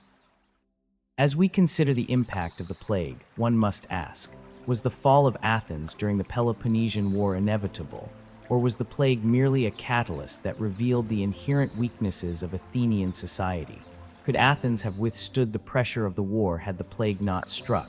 And perhaps most importantly, what lessons can we learn from Athens' experience in dealing with pandemics and public health crises?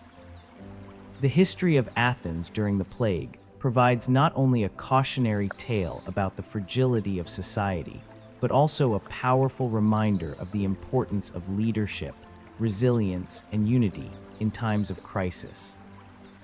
The immediate aftermath of the plague in Athens was not just a medical catastrophe, but a profound societal crisis that exposed the city's vulnerabilities and frayed the very fabric of its community. As 1/3 of the population perished, the disease tore through families and communities, leaving a city in turmoil. Athens, a beacon of democracy, philosophy, and culture, was plunged into disarray. The once organized city-state, known for its civic pride and intellectual vitality, now faced a moral and social collapse that would have lasting consequences. In Athens, the plague spread with such rapidity that there was little time for effective intervention. The city's hospitals were quickly overwhelmed, and the streets became filled with the sick and dying. The disease did not discriminate. The young and old, the rich and poor, the powerful and the weak, all fell victim to its ravages. People were forced to care for their own loved ones, often with little understanding of the disease or how to treat it. The common practice of seeking divine intervention through prayer or sacrifice offered no relief, leading many to question the efficacy of the gods. The breakdown of medical and religious systems, which had long been the bedrock of Athenian society, left the people in a state of despair. As the disease spread, it became clear that the plague was not only taking a physical toll, but also a psychological one. Thucydides, the historian who chronicled the events of the Peloponnesian War, famously wrote about the profound shift in attitudes he observed during the plague. The Athenians, confronted with the randomness and horror of the disease, began to lose their faith in the traditional values that had once defined their society. The belief in the gods, who were supposed to offer protection and justice, faltered. With no explanation for the disease, many Athenians began to abandon their religious practices, questioning the very foundations of their spirituality. What had once been a devout and religious society now grappled with existential doubt, as the plague seemed to mock their belief in divine justice. This loss of faith extended beyond religion. The moral decay that followed the epidemic was equally devastating. Thucydides noted how the plague led people to abandon all social and ethical norms. In the face of death, the Athenians became increasingly indifferent to traditional values of honor, duty, and respect for the law. Instead, self-preservation became the driving force, and individuals, faced with the threat of their own mortality, increasingly acted in ways that disregarded social conventions.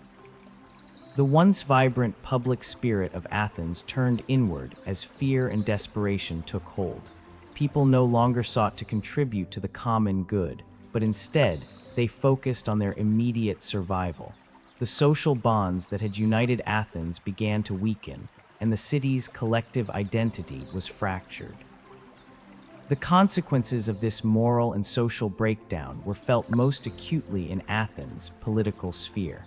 Pericles, the great leader of Athens who had led the city through its golden age, had died early in the plague's onslaught.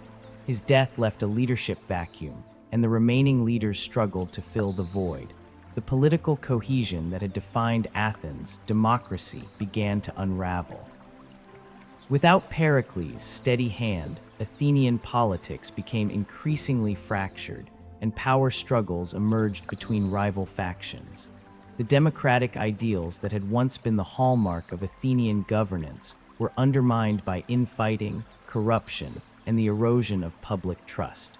The city's ability to govern effectively was weakened, and the consequences were felt in the broader war with Sparta. Perhaps most tragically, the plague's impact on the youth of Athens left an indelible mark on the city's future. Young men, who had been the hope of Athenian military and intellectual life, were often the first to perish. The loss of the city's youth was a devastating blow to Athens, as it robbed the city of the vitality and leadership it would need in the coming years. The younger generation, which had been expected to carry forward the legacy of Athenian democracy and culture, found itself decimated, leaving the city with a leadership gap that it could not easily fill. In the wake of the plague, the once proud city-state of Athens found itself grappling with a series of profound questions. How could a society that had prided itself on rational thought, democracy, and cultural achievement collapse so quickly in the face of disease? Was Athens' downfall inevitable, or had the plague simply accelerated the process? More importantly, how could a society rebuild itself after such a catastrophic event? These questions loomed large in the aftermath of the plague, as Athens struggled to recover from the profound psychological and social wounds inflicted by the disease. In many ways, the plague of Athens serves as a powerful metaphor for the fragility of human societies. It highlights the limits of human knowledge and control, especially when confronted with forces beyond our comprehension. The plague's ability to unravel the very fabric of Athenian society, to shatter faith in the gods and in the ideals of democracy, speaks to the vulnerability of even the most advanced civilizations when faced with an unpredictable and destructive force. As Athens sought to recover, the legacy of the plague would linger, haunting the city's efforts to reclaim its former glory. The moral decay, loss of faith, and political disintegration caused by the plague would continue to shape the trajectory of Athens, even as the city tried to rebuild in the years that followed. The long-term effects of the plague of Athens were deeply felt for generations. While the immediate devastation was obvious, death, despair, and social upheaval, its more subtle consequences shaped the future trajectory of Athens in profound ways. The collapse of the city's social, religious, and political fabric during the plague was not a transient crisis. It left a scar on Athens' identity that would influence its subsequent decline and eventual defeat in the Peloponnesian War. Politically, the plague marked a shift in Athenian governance. Pericles, the guiding force of Athenian democracy, had died early in the epidemic, leaving a void in leadership that was difficult to fill. His successors were less capable and lacked the unity that Pericles had cultivated. Athenian democracy, which had been a model of political cohesion and participatory governance, became increasingly fractured in the years after Pericles' death. The democratic institutions that once functioned effectively now began to show signs of dysfunction. Political infighting, corruption, and the lack of strong leadership led to poor decision-making, which weakened Athens in the ongoing war with Sparta. The loss of faith in the gods and the breakdown of moral and social norms during the plague also had lasting effects on Athenian culture. In the wake of the disease, Athenians became more cynical and self-serving. The values of civic duty and public service, which had once been so central to Athenian life, were undermined by a growing sense of individualism and nihilism. This shift in values did not disappear once the plague had passed. Rather, it contributed to the decline of Athenian culture, making it harder for the city to rally around the ideals that had once made it great.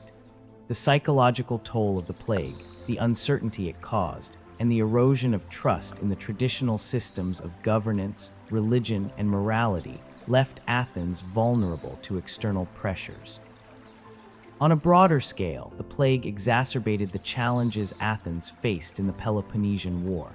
The war, which had already stretched on for years, was further prolonged by the devastating effects of the epidemic. Athens' once formidable navy, the backbone of its empire and its primary military strength, was severely weakened by the loss of sailors and soldiers to the disease. With a diminished fighting force, Athens struggled to maintain its hold over its allies and territories. The constant warfare, compounded by the plague, eroded the resources and resolve of the Athenian people, leaving them exhausted and demoralized. The eventual defeat of Athens at the hands of Sparta in 404 BCE can, in part, be traced back to the consequences of the plague. While the Spartans and their allies had their own weaknesses, they were able to capitalize on Athens' internal turmoil. The plague had left Athens vulnerable, and Sparta's long-term strategy of attrition, combined with the financial and military support from Persia, eventually broke Athens' resolve.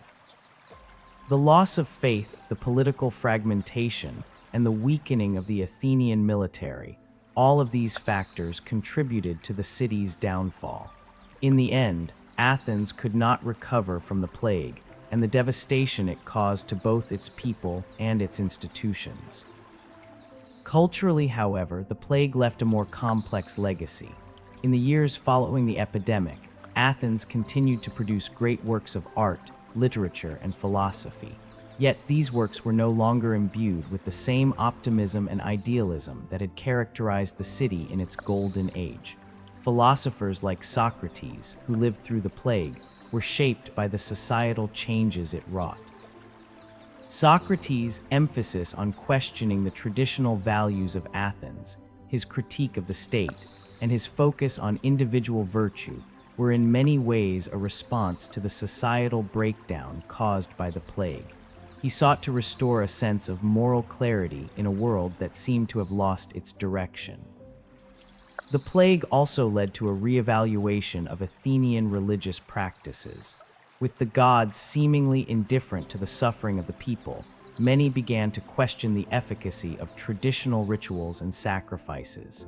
In the absence of divine intervention, Athenians turned to new forms of spirituality, mysticism, and philosophical inquiry. The rise of mystery religions, like those centered on the cult of Dionysus, as well as the philosophical schools of Socrates and later Plato, reflected the city's attempt to find meaning in a world that seemed beyond human control. The plague of Athens, while devastating, spurred intellectual movements that would leave a lasting impact on the development of Western philosophy and religion. Ultimately, the plague of Athens serves as a powerful reminder of the fragility of human society. The disease laid bare the limits of human control and the unpredictable nature of life and death. In a city that prided itself on rational thought, democracy, and military might, the plague shattered the illusion of invincibility. It exposed the deep vulnerabilities in Athens, social, political, and religious structures, vulnerabilities that would contribute to its eventual defeat and collapse.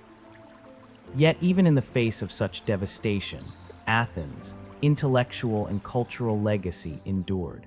The questions raised by the plague about the nature of existence, morality, and human suffering continue to resonate in modern thought, reminding us of the timeless challenges that every society faces when confronted with catastrophe. The Roman Republic, once a beacon of republican ideals and civic virtue, began to show signs of deep fractures during the late 2nd century BCE. One of the most significant events in the decline of the Republic was the rise of the Gracchi brothers, Tiberius and Gaius Gracchus, two reformers whose attempts to address social inequality would forever alter the political landscape of Rome. Their rise to power and their radical proposals for land reform are often seen as the precursor to the collapse of the Roman Republic and the eventual transition to autocratic rule under the emperors. Tiberius Gracchus, the older of the two brothers, was born into a prominent Roman family in 163 BCE.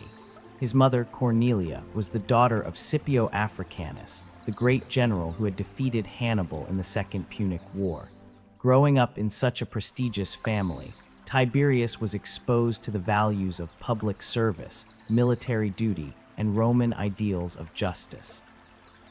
He went on to become a quaestor, an elected official responsible for financial matters, and it was during his time in office that he began to witness firsthand the vast disparities between Rome's wealthy elite and its impoverished citizenry.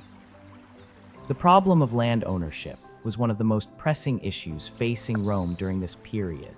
Wealthy aristocrats, many of whom were senators, had gradually accumulated large tracts of land, often through dubious means, such as exploiting their military service or bribing local officials.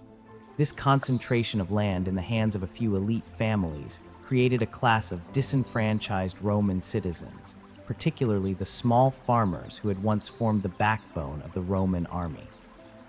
These small farmers were being pushed off their land due to economic hardship, large-scale slave labor, and the shifting political landscape.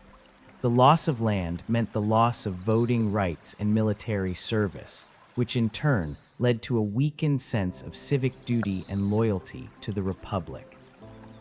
Tiberius, recognizing the immense social unrest this caused, proposed a radical solution. He sought to implement a series of agrarian reforms aimed at redistributing land from the rich to the poor. His plan, known as the Lex Sempronia Agraria, sought to limit the amount of land that any individual could own and redistribute surplus land to Rome's landless citizens. This proposal, while seemingly modest by today's standards, was viewed as a direct challenge to the entrenched power of the Roman elite. For Tiberius, the land reform was not just a matter of economic justice, it was a necessity for the survival of the Republic. He believed that if the growing inequality between the classes was not addressed, Rome would face internal strife and collapse. Tiberius Gracchus faced immediate opposition from the Senate, which was dominated by the wealthy landowners whose interests were threatened by his proposed reforms. The Senate, unwilling to relinquish its control over land and resources, attempted to block Tiberius' legislation. Undeterred, Tiberius took his case directly to the Roman people, appealing to them as a whole rather than through the Senate. He used his position as a tribune, an elected official who represented the interests of the plebeians, the common people, to bypass the Senate and push for the reform. Tiberius' appeal to the people, along with his persuasive rhetoric and the growing discontent among the Roman masses, enabled him to pass the agrarian law.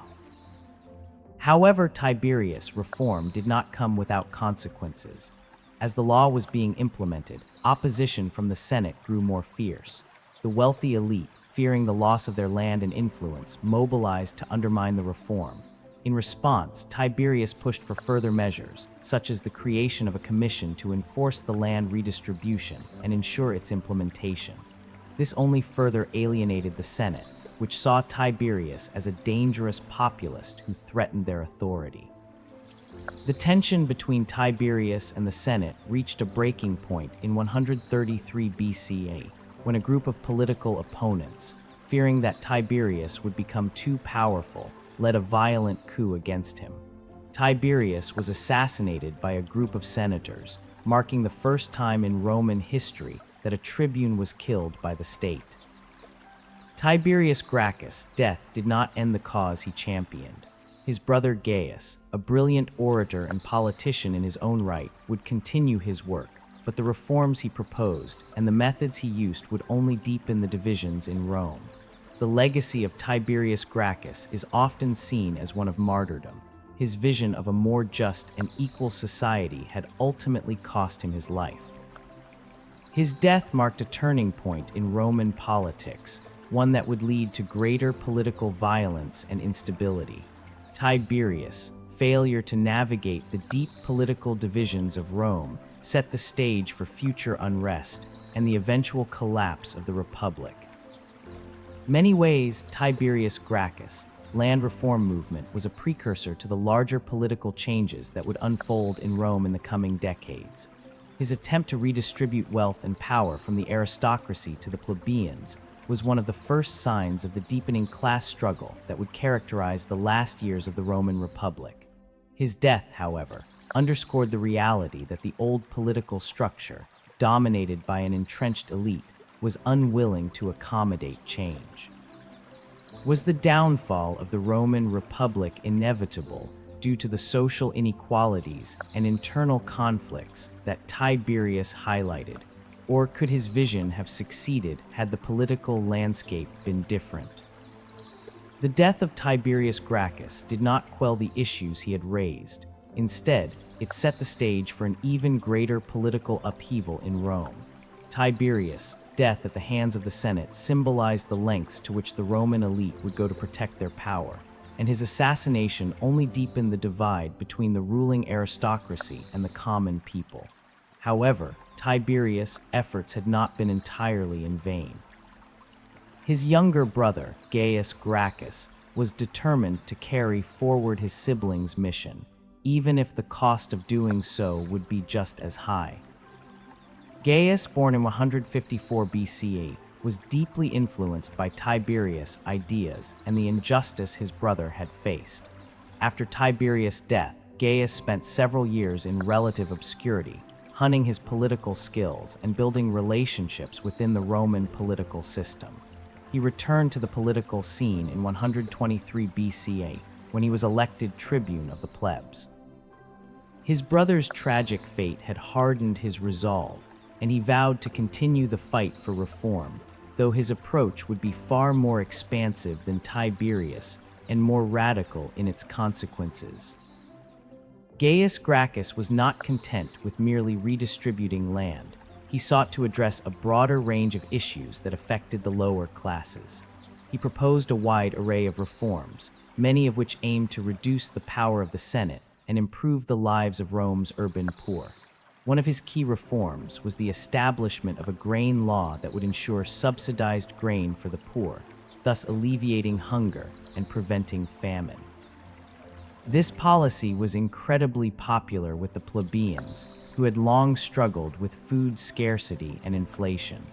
By securing their support, Gaius was able to build a powerful base of popular support, something that worried the elite. Furthermore, Gaius sought to extend the rights of the Italian allies of Rome, granting them Roman citizenship. This move was intended to integrate the vast regions of Italy more fully into the political system of Rome, thus strengthening the Republic.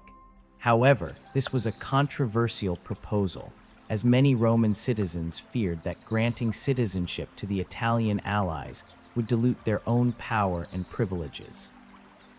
The Roman elite, including many senators, vehemently opposed Gaius' reforms, fearing that his radical ideas would disrupt the delicate balance of power that had existed in Rome for centuries. Gaius, however, did not back down. He continued to push for his reforms, but his political strategy became increasingly confrontational. He bypassed traditional methods of compromise and took his case directly to the people, appealing to the masses in the forum. His ability to speak directly to the plebeians, bypassing the Senate and the elite, made him a populist figure. As a result, Gaius' influence grew, but so did his enemies. The Senate, alarmed by his rising power, conspired against him. They feared that Gaius, like his brother before him, would push for even greater reforms that would shift the balance of power irrevocably in favor of the plebeians. The tension between Gaius and the Senate reached its breaking point in 121 BCE, when a series of political crises erupted. Gaius' allies in the Senate began to desert him, and his opponents pushed for his impeachment. In response, Gaius made a final, desperate appeal to the people, but the situation had become untenable. His reforms had alienated too many powerful individuals, and his base of support had begun to fracture. The Senate, in a final act of retribution, declared Gaius a public enemy. Gaius, realizing that his defeat was inevitable, fled the city with a small group of loyal supporters. In a tragic and symbolic end, Gaius Gracchus took his own life in 121 BCE, marking the end of the Gracchi brothers' attempts to reform the Roman Republic. His death, like his brother, was the result of a political system unwilling to allow for change. The failure of the Gracchi reforms left a lasting impact on the Roman Republic, not only because of the immediate loss of life, but because it demonstrated the increasing polarization of Roman politics. The divide between the elite and the plebeians had grown so wide that compromise was no longer possible. Rome's political system, once celebrated for its checks and balances, was now on the brink of collapse. In the years following the deaths of the Gracchi brothers, Rome was engulfed in civil unrest. The failure to address the growing inequality between the rich and poor, the concentration of power in the hands of a few aristocratic families, and the disenfranchisement of vast segments of the population would all contribute to the decline of the Republic. The seeds of political violence had been planted, and soon Rome would be caught in a series of civil wars, leading to the rise of Julius Caesar and the eventual fall of the Republic. The Gracchi brothers' story is often seen as a tragic one. Their efforts to reform Rome, though noble, ultimately failed, not because they lacked vision or support, but because they challenged a system that was too deeply entrenched to allow for real change. Their deaths marked the beginning of the end for the Roman Republic, a republic that had prided itself on its democratic principles. The Gracchi brothers' lives and their violent ends served as a stark reminder that in Rome, power was not easily relinquished, and the forces of tradition and privilege would fight tooth and nail to preserve the status quo. In the final analysis, the Gracchi brothers' attempts at reform raise critical questions about the nature of political change. Were their reforms too radical for a society entrenched in its ways, or was their failure an indication that Rome, at that time, was beyond repair? Could the Republic have survived had the Gracchi's vision been fully realized, or was the fall of the Republic inevitable, shaped by deeper social and political forces? These questions remain at the heart of understanding the decline of one of history's greatest civilizations. Pompeii, a thriving Roman city located near the Bay of Naples in southern Italy, was a bustling urban center that, for many, symbolized the pinnacle of Roman urban life. Nestled between the mountains and the sea, Pompeii was a prosperous commercial hub, known for its trade, luxury, and vibrant social life. It was a place where the wealth and culture of the Roman Empire were on full display. The city was filled with grand villas, elaborate public baths, theaters, markets, and temples, all standing as a testament to Roman engineering, art, and architecture. The residents of Pompeii, like those in many Roman cities, lived their lives in relative comfort, enjoying the benefits of an advanced infrastructure that included an intricate system of roads, aqueducts, and sewer systems. For the people of Pompeii, life was centered around the public spaces that dominated their urban landscape. The city's large forum, a central hub for commerce and civic life, was the beating heart of the community. Public buildings such as the Temple of Jupiter and the Grand Amphitheater, where gladiators and other spectacles were held, reflected the Romans' love for both religious devotion and entertainment. Wealthy citizens lived in expansive domus private houses filled with intricate frescoes, mosaics, and courtyards adorned with fountains and gardens. These villas and homes, often elaborately decorated, reflected the prosperity that Pompeii had enjoyed for centuries. In addition to its affluence, Pompeii was a melting pot of people from all walks of life. The population included Roman citizens, freedmen, slaves, and merchants from various parts of the empire. The presence of different ethnic groups created a diverse and vibrant cultural atmosphere. Art and culture flourished in Pompeii, with artists, sculptors, and artisans creating masterpieces of Roman art and craft. The city was also home to a thriving local economy, supported by trade and agriculture. Local merchants sold goods ranging from wine and olive oil to fine jewelry and luxury textiles. Life in Pompeii, at least on the surface, appeared to be one of relative stability and prosperity. But beneath the city's facade of wealth and luxury lay a much darker and more unpredictable force, Mount Vesuvius. The towering volcano which loomed over the city was a constant presence in the lives of Pompeii's residents. Though it had erupted in the distant past, there was no sense of urgency among the people of Pompeii. The volcano, after all, had not shown any significant signs of activity for many years, and many assumed that it was dormant. Life continued as normal, with little regard for the danger that might lurk beneath the surface. Pompeii, like many other Roman cities, was both a symbol of Roman achievement and an embodiment of the fragility of human life in the face of nature's overwhelming power. Despite the presence of the volcano, there was little preparation for disaster in Pompeii. The city's residents, absorbed in their daily routines, were unprepared for what was to come.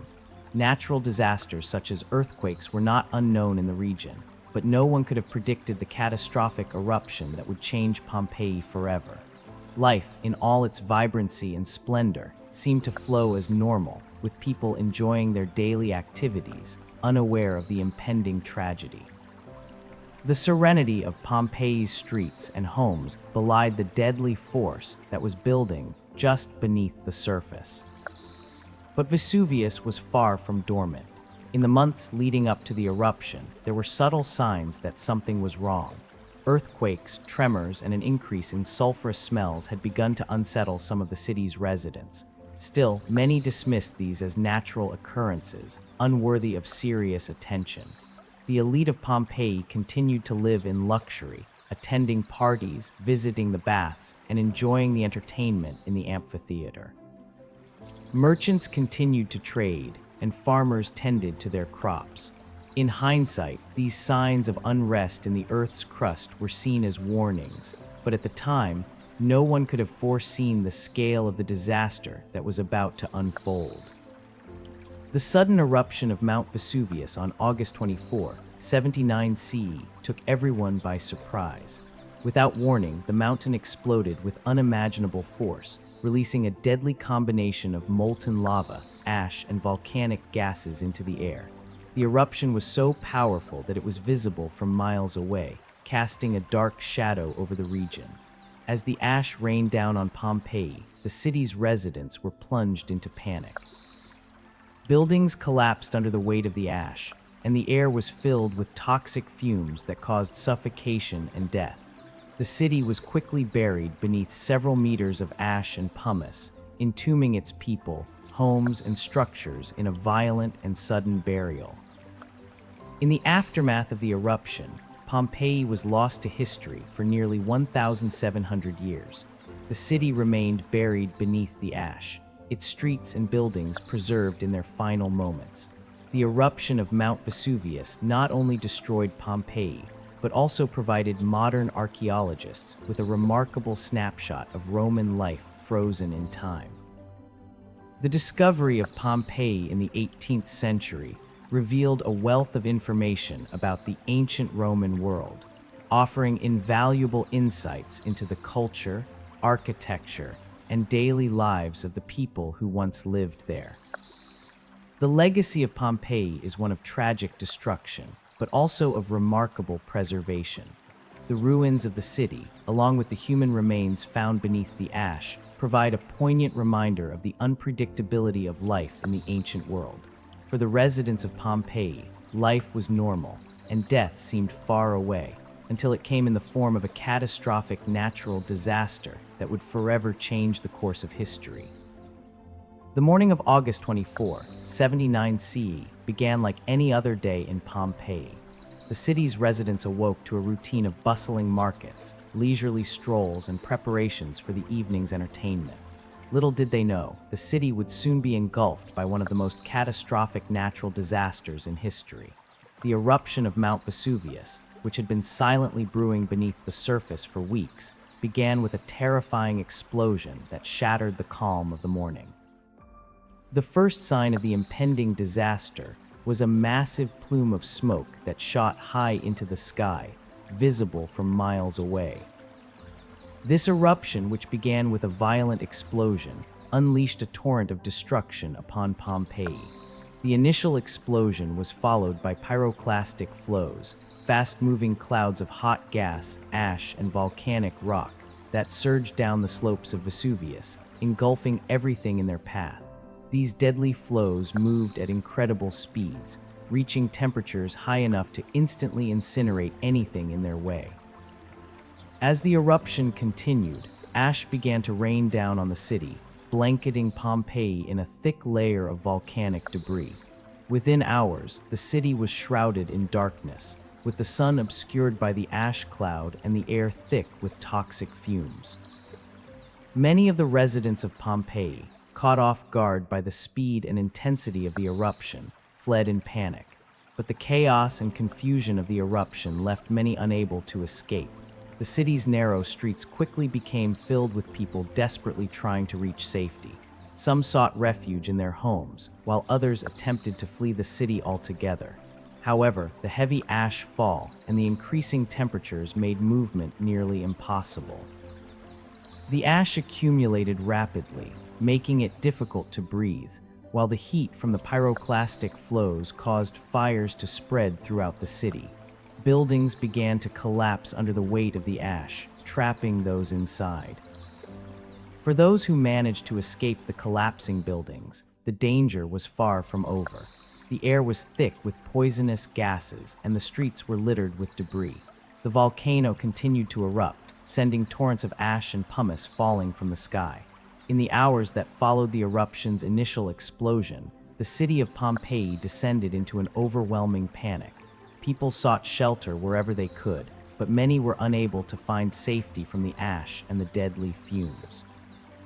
The eruption continued to wreak havoc, and the city, once a vibrant center of commerce and culture, was being suffocated under layers of volcanic ash.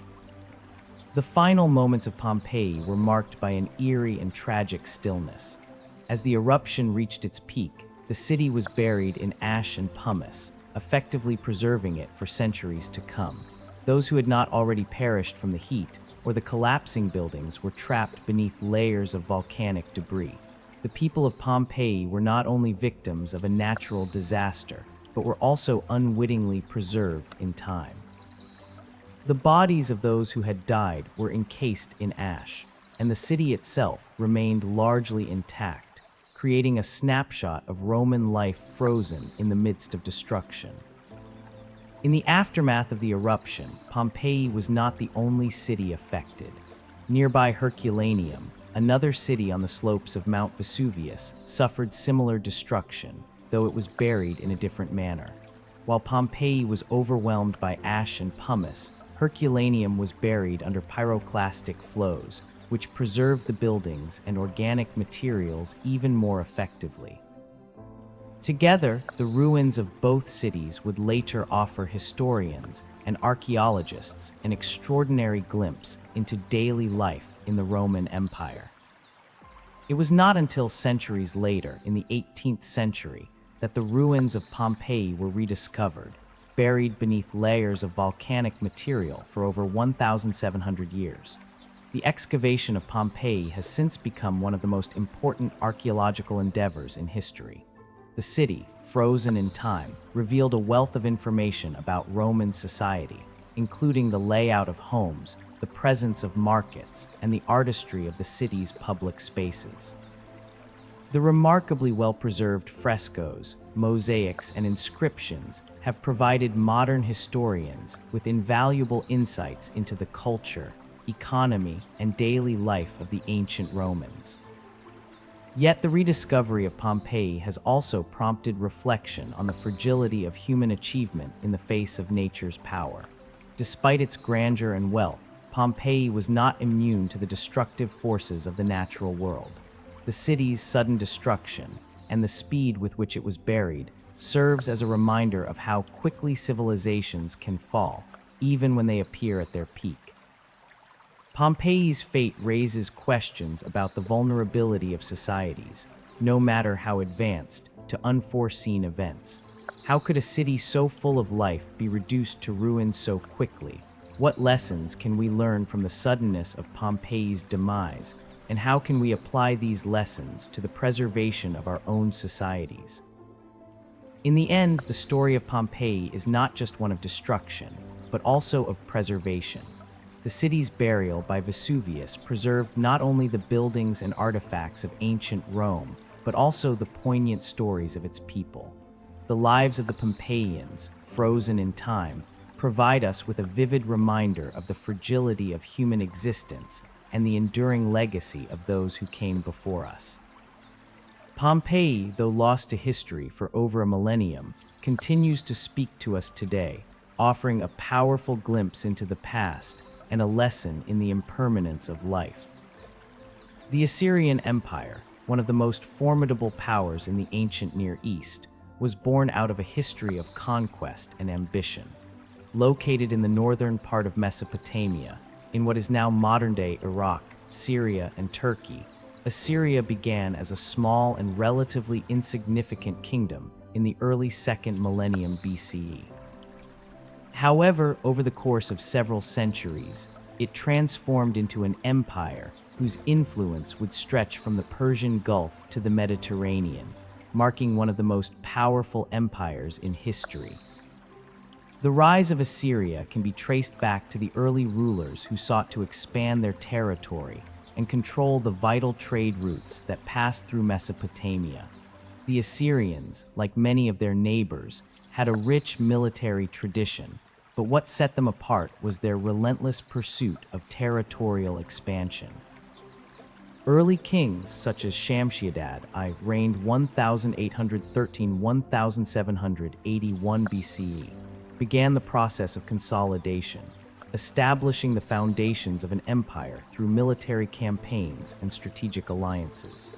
However, it was not until the reign of Tiglath-Pileser III in the 8th century BCE that Assyria truly began its rise to power.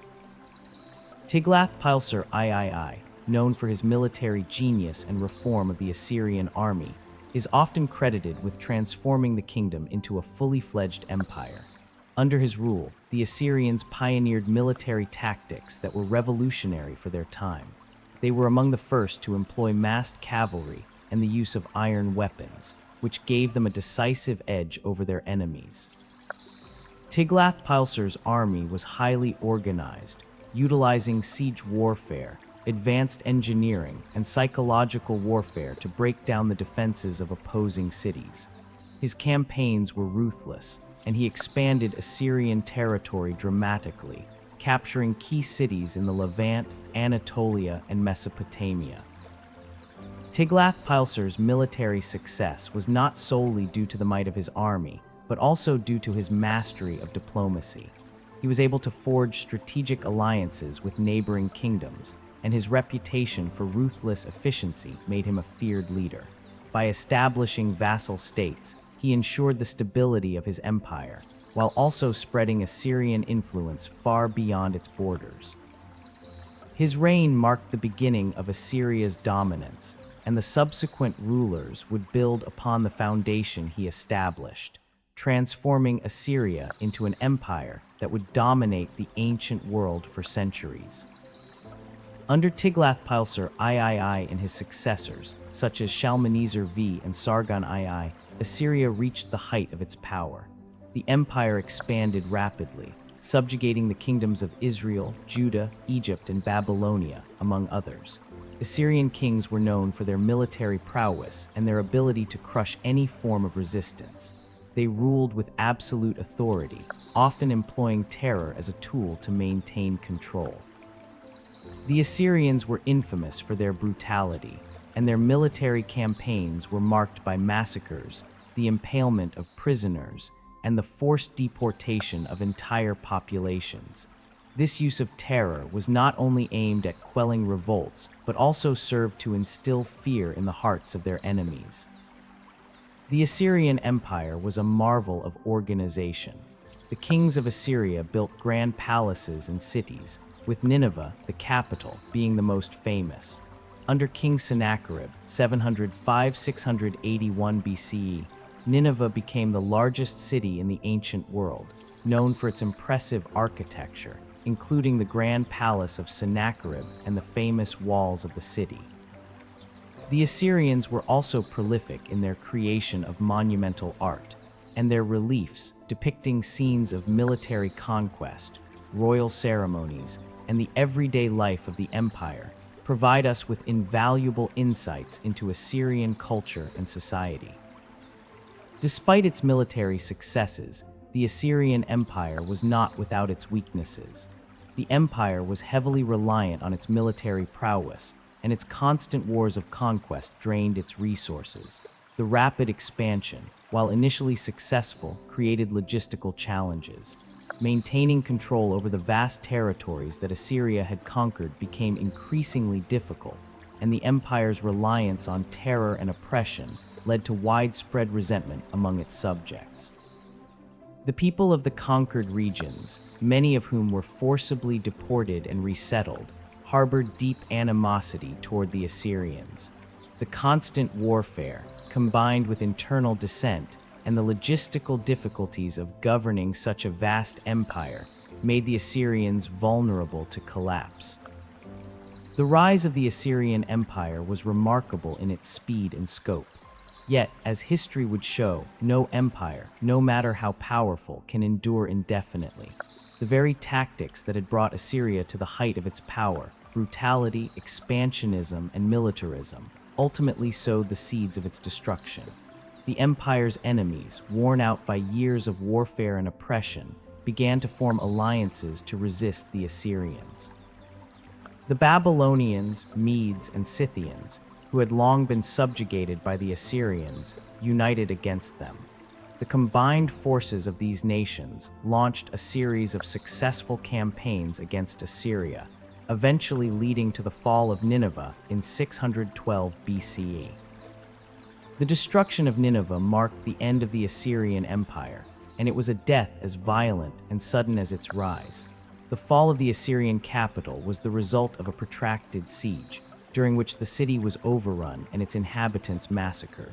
The fall of Nineveh sent shockwaves through the ancient world, and the empire that had once dominated the Middle East crumbled, its cities and palaces reduced to ruins. The Assyrian Empire, once the most powerful in the ancient world, was no more, and its destruction marked the end of an era in Mesopotamian history. The collapse of Assyria raises important questions about the nature of empires and the fragility of power. Was the Assyrian Empire doomed from the beginning by its reliance on terror and conquest? Could the Assyrians have avoided their eventual fall if they had adapted their policies? Or was their downfall inevitable, given the challenges of ruling a vast and diverse empire? The rise and fall of Assyria offers valuable lessons about the dynamics of power, the limits of military strength, and the inevitable decline of even the most formidable empires. The collapse of the Assyrian Empire did not occur overnight. While its brutal military campaigns and vast territorial expansion brought it to the height of its power, these same elements eventually led to the empire's unraveling.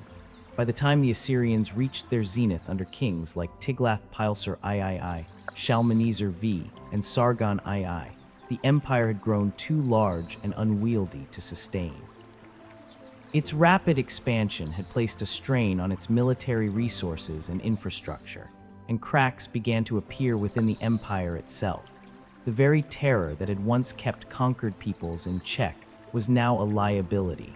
Rebellions broke out in the far-flung provinces, and vassal states that had long been forced into submission began to rise up, emboldened by the weakening of the Assyrian grip. One of the critical factors in Assyria's decline was its internal instability. Assyrian society, built upon a rigid and highly hierarchical structure, had always relied on the authority of the king. The king was not just a ruler, but a semi-divine figure whose power was absolute. As long as the monarch retained his authority, the empire remained cohesive. However, the death of strong rulers often led to a succession crisis, and weak or ineffectual kings could not hold the empire together. After the death of Sennacherib in 681 BCE, his successors were unable to maintain the cohesion and stability that had characterized the empire during his reign.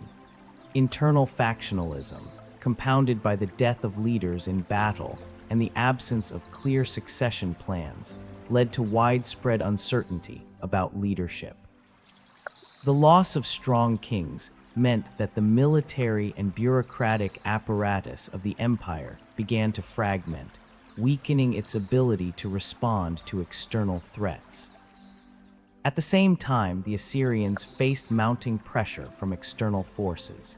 the Babylonian and Median kingdoms, long subjugated by Assyria, began to seek their revenge. The Babylonians, who had once been conquered by the Assyrians and forced into submission, now saw an opportunity to break free. Their resentment toward the Assyrian Empire, fueled by generations of oppression and humiliation, led them to form alliances with the Medes and other enemies of Assyria. The Medes, located to the north of Assyria, had been steadily growing in power.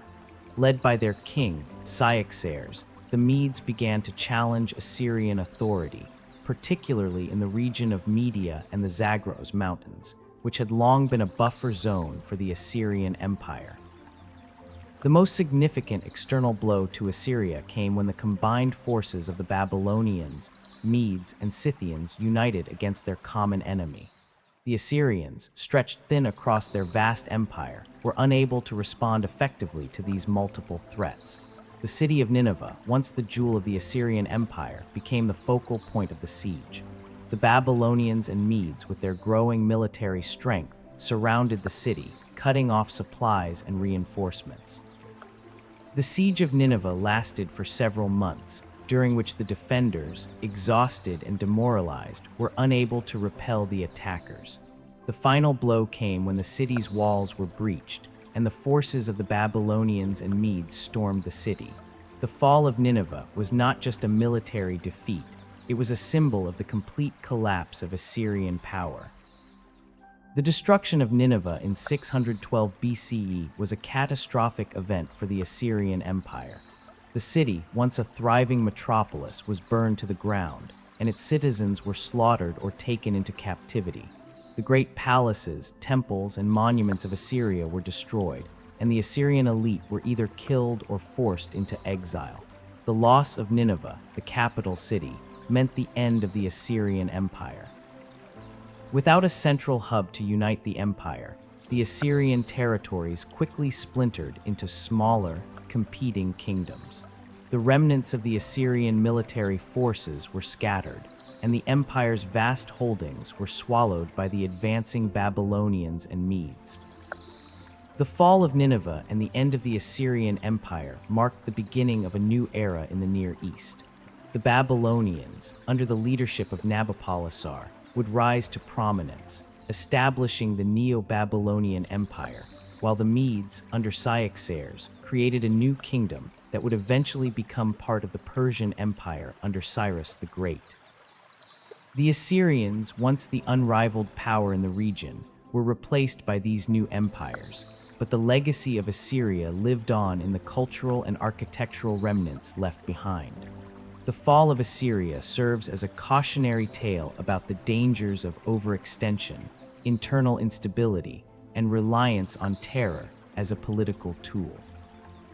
The question that remains is whether the Assyrian Empire's collapse was an inevitable consequence of its imperial overreach, or could the Assyrians have adapted their strategies to ensure their survival? Were the internal divisions and external pressures simply too much for the Assyrians to withstand, or was there an opportunity for reform that might have prevented their downfall? The rise and fall of the Assyrian Empire offer valuable lessons about the dynamics of empire building, the limits of military power, and the importance of stability in leadership. Though the Assyrians are no longer a dominant force in the ancient world, their legacy continues to resonate in the history of warfare, governance, and imperial ambition.